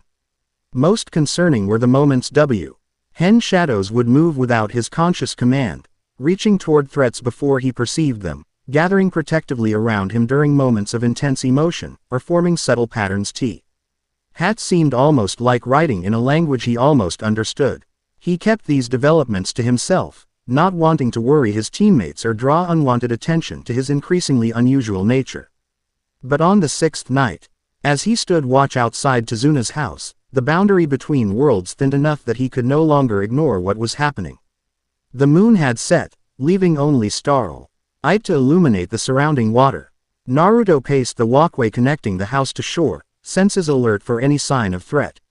The shadows seemed especially active tonight, swirling around his feet like eager pets seeking attention. As he completed another circuit of the house, a flicker of movement caught his eye, not physical motion, but a ripple in the darkness itself, like fabric disturbed by a gentle breeze. Naruto froze, every instinct suddenly alert. Who's there? He whispered, though he knew this presence wasn't something his teammates would perceive. The darkness before him deepened, condensing into a silhouette that was undeniably feminine despite its lack of detail. Stars glimmered within the form where eyes might be. My child, came a voice like velvet night, the same on. He'd glimpsed during his extended shadow step. How you've grown. Naruto's breath caught in his throat. Mother, he ventured, the word feeling strange on his tongue. He had never used it before, having no memory of the woman who had delivered him to the Hokage 12 years ago. The shadow figure inclined her head slightly. You begin to awaken to your heritage. The mortal shell strains to contain what you truly are. What am I becoming? Naruto asked, voice barely audible. What you always were, came the reply. A bridge between realms, neither fully divine nor fully human. The first of your kind. The silhouette extended a hand, darkness flowing like liquid toward him. It touched his cheek with gentle coolness, a caress that felt somehow familiar despite its strangeness. Your father watches from the depths of shadow. As I watch from the mantle of night. We cannot interfere directly, the laws that separate realms forbid it. But as your power grows, the boundaries thin for you. Is that why I see things? Glimpses of, somewhere else. The primordial realm calls to the divinity in your blood, she confirmed. But your human heart anchors you to this world. Both are your birthright, my son. Questions tumbled through Naruto's mind. About his powers, his future, why he'd been left in Konoha, what he was meant to become. Before he could voice any of them, however, the silhouette began to fade. Our time grows short. The veil thickens once more. Remember, Naruto, you walk between worlds by your very nature. Neither light nor darkness alone, but the twilight between. Wait, Naruto reached out desperately. Will I see you again? There's so much I need to know. When the stars align and shadows deepen, the fading voice promised. Until then, trust the darkness within you. It is not your enemy, but your inheritance. The silhouette dissolved completely, leaving Naruto alone on the walkway with only the lapping of water against the pilings to prove he hadn't imagined the entire encounter. He stood motionless for several minutes, processing what had just occurred. His mother, Nyx herself, had reached across the boundary between realms to speak with him, however briefly. And what she'd said, the mortal shell strains to contain what you truly are. Was that why his powers were developing so rapidly? Because his human form struggled to channel abilities meant for a divine being. A soft footfall interrupted his thoughts.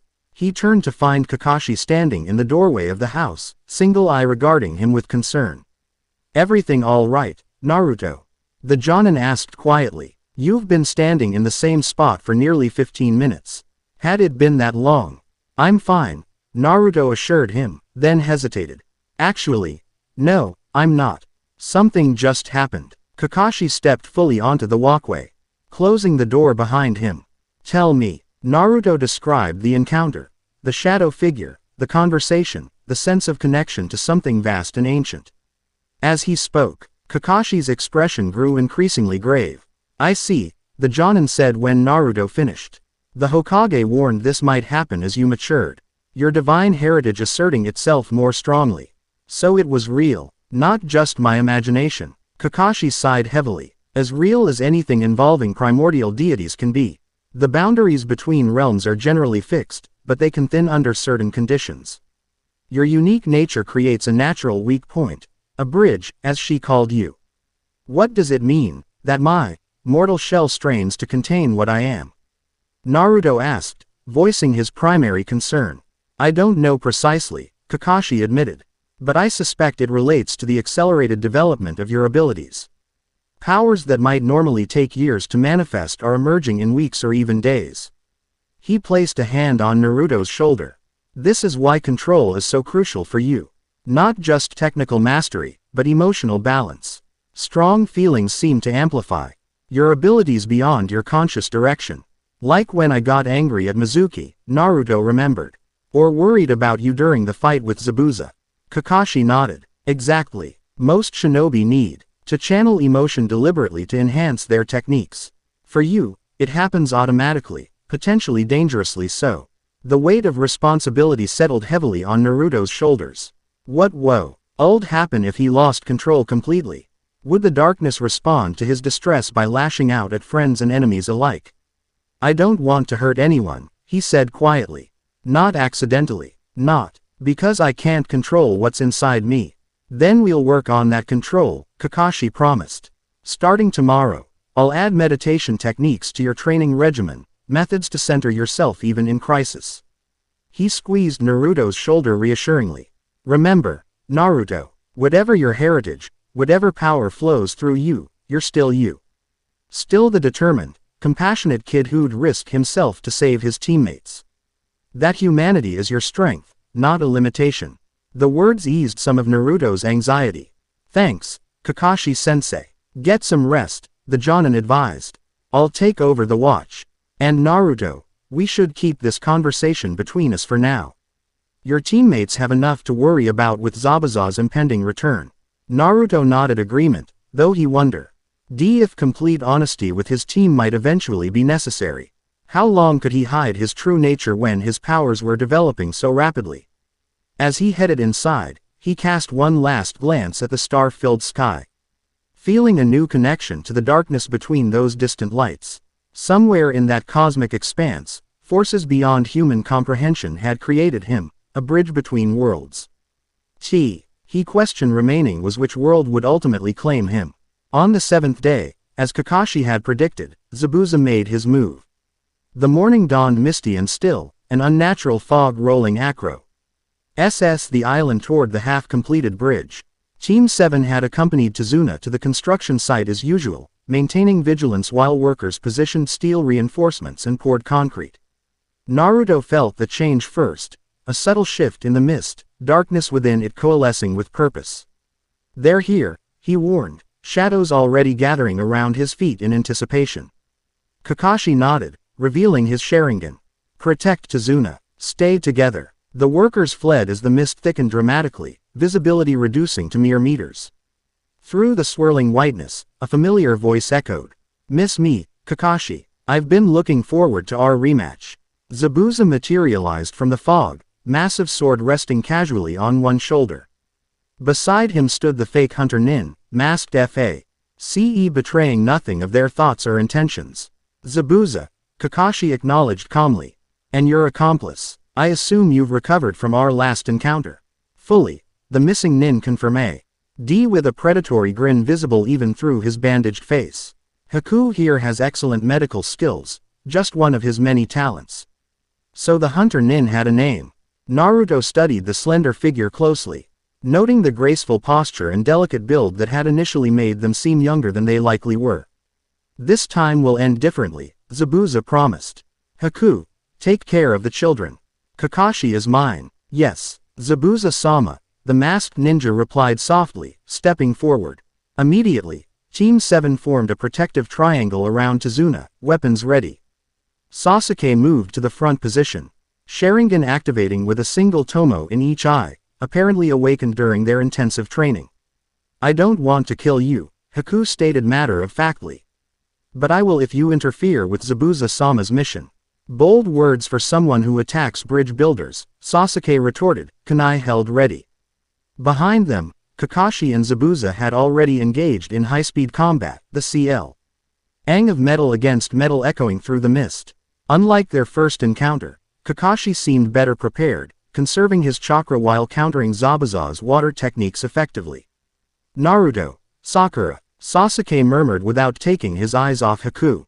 Remember our training. Formation Delta. They nodded, understanding the strategy they'd developed during the week. Sasuke would engage directly, his newly awakened Sharingan giving him an edge in tracking the opponent's movements. Sakura would guard Tazuna with ranged support, and Naruto would use his shadow abilities for flanking maneuvers and surprise attacks. Haku attacked first, Senbon needles flying from both hands with deadly precision. Sasuke deflected them with his kunai, the Sharingan allowing him to track their trajectories despite the mist. You're skilled, Haku commented, hands forming unfamiliar seals. But let's see how you handle this. Secret technique. Crystal ice mirrors. Water from the mist condensed around them, forming a dome of ice mirrors that surrounded Sasuke, Naruto, and Sakura with Tazuna in their center. Haku stepped backward into one of the mirrors, their image suddenly reflecting in every panel of ice. What is this? Sakura gasped, eyes darting between the multiple reflections. Akeke Genkai, Sasuke realized, Sharingan spinning as he tried to track the real Haku. Now you're trapped within my domain. Haku's voice echoed from all directions. No one has ever escaped this technique. Senbon launched simultaneously from multiple mirrors, too many to block completely. Sasuke managed to deflect those aimed at vital points. But several needles embedded themselves in his arms and legs. Sakura pulled Tazuna down, shielding him with her body while suffering glancing hits herself. Naruto felt the cold bite of metal as needles pierced his shoulders and thighs. The pain triggered an instinctive response, shadows surging protectively around him, some needles dissolving into darkness before they could strike. Interesting, Haku observed from the mirrors. You have an unusual defense. Some kind of shadow manipulation. Naruto didn't respond, mind racing for a solution. The ice mirror created perfect reflective surfaces for Haku to travel between at incredible speed. But perhaps that same smoothness. Sasuke, he called. Fire. Melt the mirrors. The Uchiha nodded, hands flashing through seals. Fire style. Great fireball jutsu. A massive sphere of flames engulfed one of the ice panels, the heat intense enough to make the air shimmer. When the fire dissipated, however, the mirror remained intact, not even showing signs of melting. My ice isn't normal, Haku explained. It's infused with my chakra, resistant to standard fire techniques. Another barrage of Senbon rained down. This time, Naruto was ready.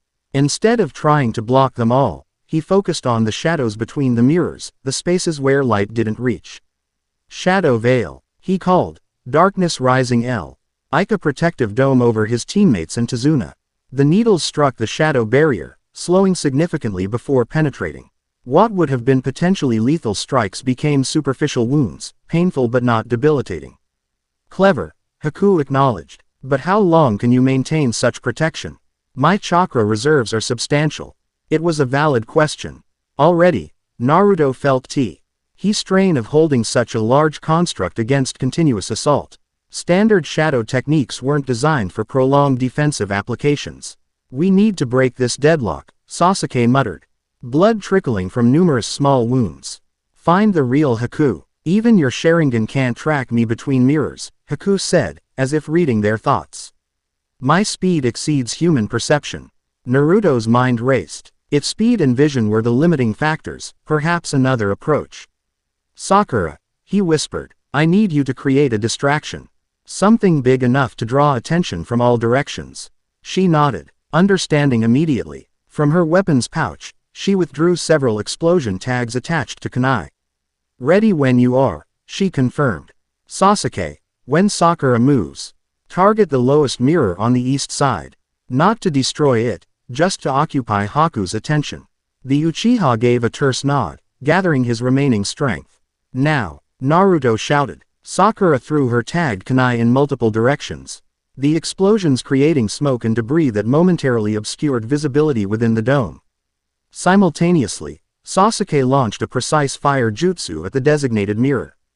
In the chaos, Naruto executed his real plan.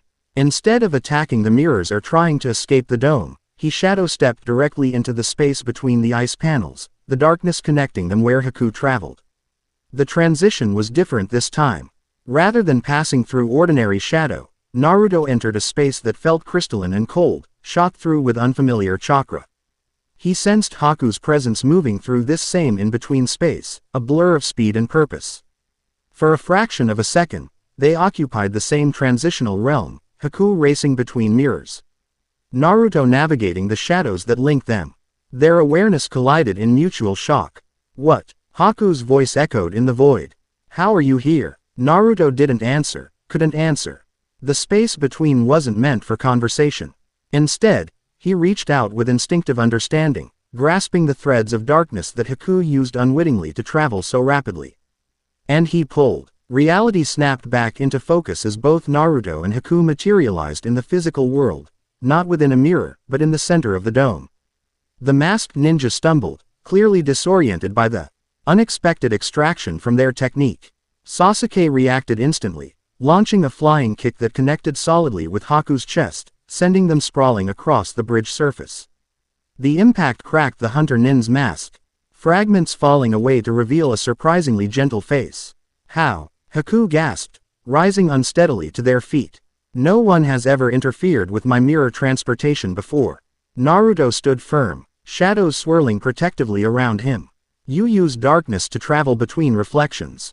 Darkness responds to me, Understanding dawned in Haku's eyes. "You're like me," they said softly. "Someone with a power that others fear."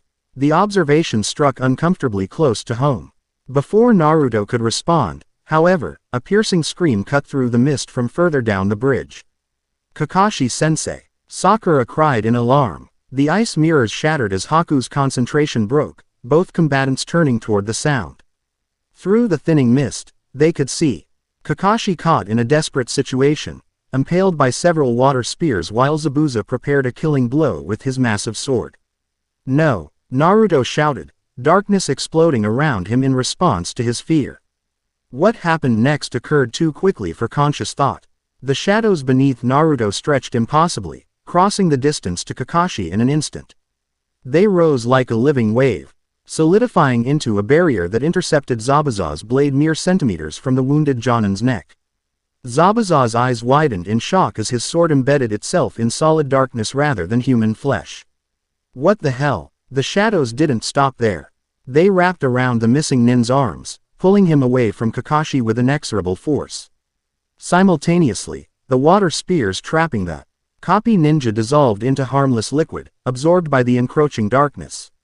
Naruto felt power surging through him unlike anything he'd experienced before, raw, primal, beyond the scope of chakra as shinobi understood it. His vision sharpened until he could see individual droplets of mist hanging motionless in the air. His hearing expanded until he could detect Zabuza's rapid heartbeat from 30 meters away. Most significantly, his perception of darkness transformed completely.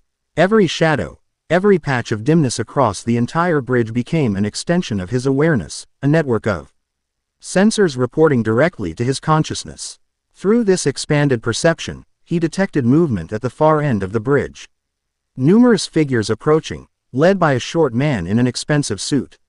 "Zabuza," the man called out, "you disappoint me again. Can't even handle a few Konoha brats and their crippled sensei."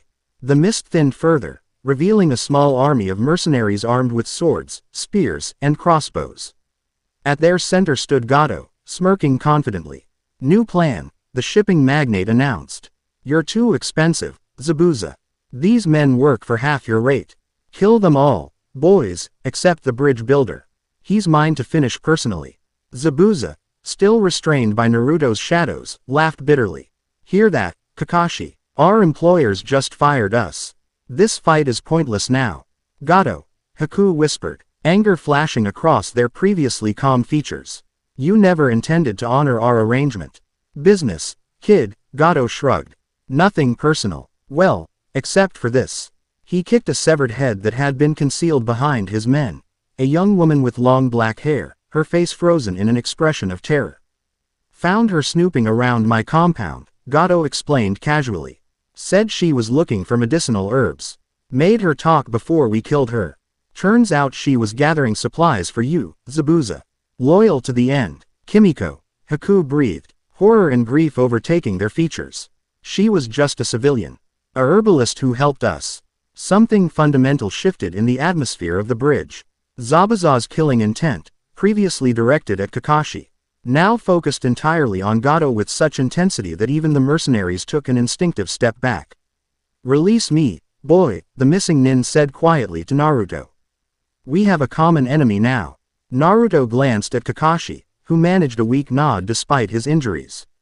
The shadows restraining Zabuza reluctantly receded, though they remained active around Naruto, responding to his heightened emotional state. "Haku," Zabuza called, hefting his massive sword. "With me." The young ninja nodded, grief hardening into deadly purpose. Together, they faced the mercenary army, master and apprentice united in vengeful intent. What followed was a demonstration of why Zabuza had earned the title, Demon of the Hidden Mist. Despite his earlier injuries from fighting Kakashi, he tore rough the front ranks of mercenaries like a force of nature, his massive blade cleaving through armor and flesh with equal ease. Haku moved with lethal grace alongside him, Senbon finding vital points with unerring accuracy. Each needle brought instant death or paralysis, their delicate appearance belying their deadly efficiency. Yet for all their skill, the two missing nin were outnumbered nearly 40 to 1. Wounds accumulated as they fought deeper into the mercenary ranks, blood slickening the bridge surface beneath their feet. "We need to help them," Naruto declared, shadows already stretching toward the battle. Agreed, Sasuke said grimly, preparing a fire jutsu. Enemy of my enemy and all that. What about Kakashi-sensei and Tazuna? Sakura asked, torn between the urge to join the fight and her duty to protect. I'll be fine, Kakashi assured them, propping himself against the bridge railing. Go. Don't kill unnecessarily, but don't hold back either. These aren't shinobi. They're thugs who prey on the weak. With their sensei's permission, Team 7 joined the fray. Sasuke's fire techniques created strategic barriers, herding mercenaries into vulnerable positions. Sakura, displaying unexpected ferocity, protected their flanks with precise kunai throws and well-timed explosive tags. And Naruto became one with the shadows. His earlier surge of power hadn't receded but stabilized, flowing through him with controlled intensity. He moved between patches of darkness across the bridge as if teleporting, appearing behind mercenaries to deliver incapacitating strikes before vanishing again. More impressively, he manifested solid shadow constructs with unprecedented complexity, shields that intercepted crossbow bolts meant for his allies, bindings that immobilized enemies without harming them. Even perfect replicas of weapons that functioned exactly like their material counterparts. Through it all, he maintained awareness of every movement on the bridge through his connection to the shadows. This expanded perception allowed him to coordinate their efforts, calling warnings to teammates and identifying vulnerabilities in the enemy formation. Gradually, inevitably, the tide turned. Mercenaries began to flee, dropping weapons as they scrambled toward the unfinished end of the bridge, many diving into the water below rather than facing the combined might of shinobi working in concert. Gato found himself isolated, abandoned by his hired muscle, cowering against the bridge railing as Zabuza approached with murderous intent. Wait, the shipping magnate pleaded, desperation evident in his voice. I can pay you double, triple what we agreed. I have resources, connections. Kimiko was 19, Zabuza replied coldly. A civilian who helped us because Haku once saved her brother from drowning. She had nothing to do with our work. He raised his sword, blood dripping from dozens of wounds sustained during the battle. Your money means nothing now. With a single swing, the demon of the hidden mist delivered justice, Gato's head joining his victims on the bridge surface. In the sudden silence that followed, Zabuza turned to face Team 7 and their recovering sensei. For a tense moment, it seemed the temporary alliance might dissolve back into enmity. Then the missing nin collapsed, blood pooling beneath him from wounds too numerous and severe to survive. Zabuza-sama, Haku cried, rushing to their master's side. It's done, Haku, Zabuza said, voice growing weak. Gato's dead. The contract is void. Don't talk, Haku urged, hands already glowing with medical chakra. I can heal you. Zabuza shook his head slightly. Not this time. Too many wounds, too much blood lost. His gaze shifted to Kakashi, who had managed to limp closer with his student's support. Quite the team you've got, Kakashi. Especially that one. He nodded toward Naruto, whose shadows were gradually receding as the immediate threat passed. Never seen shadow manipulation like that. Not standard Konoha technique, is it? No, Kakashi acknowledged. Naruto is unique. Zabuza coughed, blood speckling his bandaged face. Haku, he said softly. You're free now. No more running. No more killing for hire. I don't want freedom, Haku replied, tears streaming down their face. I want to stay with you.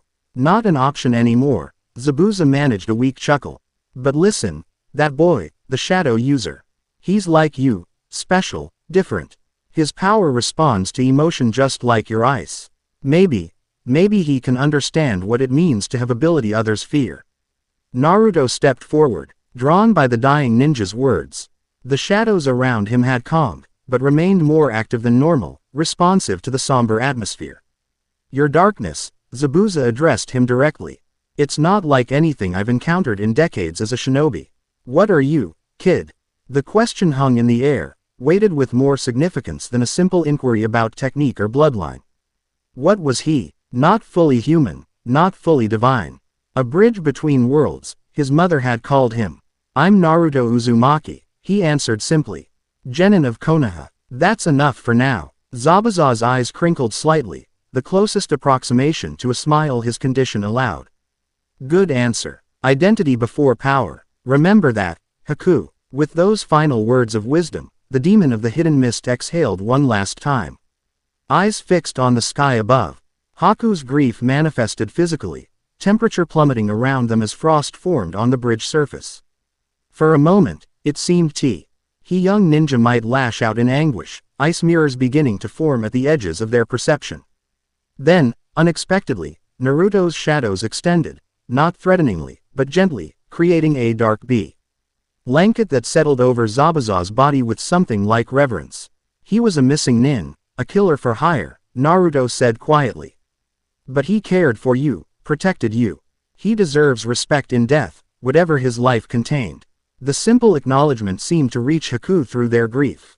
The ice receded, temperature gradually returning to normal. What happens now? They asked, looking between Naruto and Kakashi.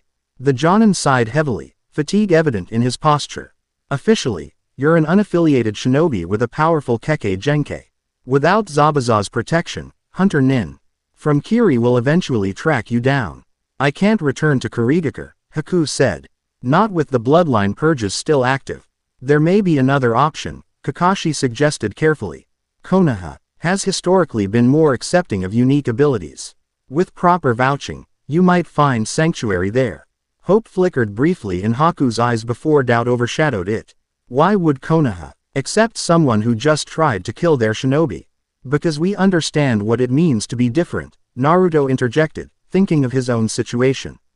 To have power you didn't choose and can't change. He extended his hand, shadows swirling gently around his fingers. Sometimes what matters most is finding people who see beyond the ability to the person wielding it. After a moment's hesitation, Haku reached out, their hand touching Naruto's. Where they connected, shadow and ice briefly mingled, darkness crystallizing, frost absorbing light, before returning to their separate natures. I will bury Zabuza-sama properly first, Haku decided. Then, perhaps I will consider Konoha. As if acknowledging this tentative new beginning, the mist finally lifted completely from the bridge. Sunlight breaking through to illuminate the scene. Workers began cautiously returning, witnessing the aftermath of the battle and the death of the tyrant who had oppressed their land for so long. Tazuna, who had remained safely behind Kakashi during the confrontation with Gato, stepped forward with tears in his eyes. It's over, he said wonderingly. We can complete the bridge now. Our island can be free again. Team 7 gathered around their wounded sensei, supporting him as they prepared to return to Tazuna's house for recovery. The mission had evolved far beyond a simple escort assignment, testing them in ways none had anticipated. For Naruto especially, the experience had been transformative. The awakening of deeper abilities, the brief connection with his divine mother, the discovery had his shadows could do far more than he'd realized, all pointed toward an accelerating evolution of his nature. As they left the bridge, he felt the darkness within him settle into a new equilibrium, still potent, still responsive, but somehow more integrated with his conscious self. The power that had surged during the battle's peak hadn't disappeared but redistributed, flowing through his entire being rather than remaining compartmentalized. He was changing, becoming more fully what he was always meant to be. The question remaining was whether his human connections, to his team, to Konoha, to the mortal world itself, would strengthen alongside his divine heritage, or eventually be eclipsed by it. For now, at least, the light of human bonds shone brightly enough to balance the shadows of his cosmic inheritance. He walked between worlds by his very nature, as his mother had said. Neither fully light nor fully darkness, but the twilight between. A bridge, a balance, the first of his kind. The journey had only just begun. Chapter 2 End.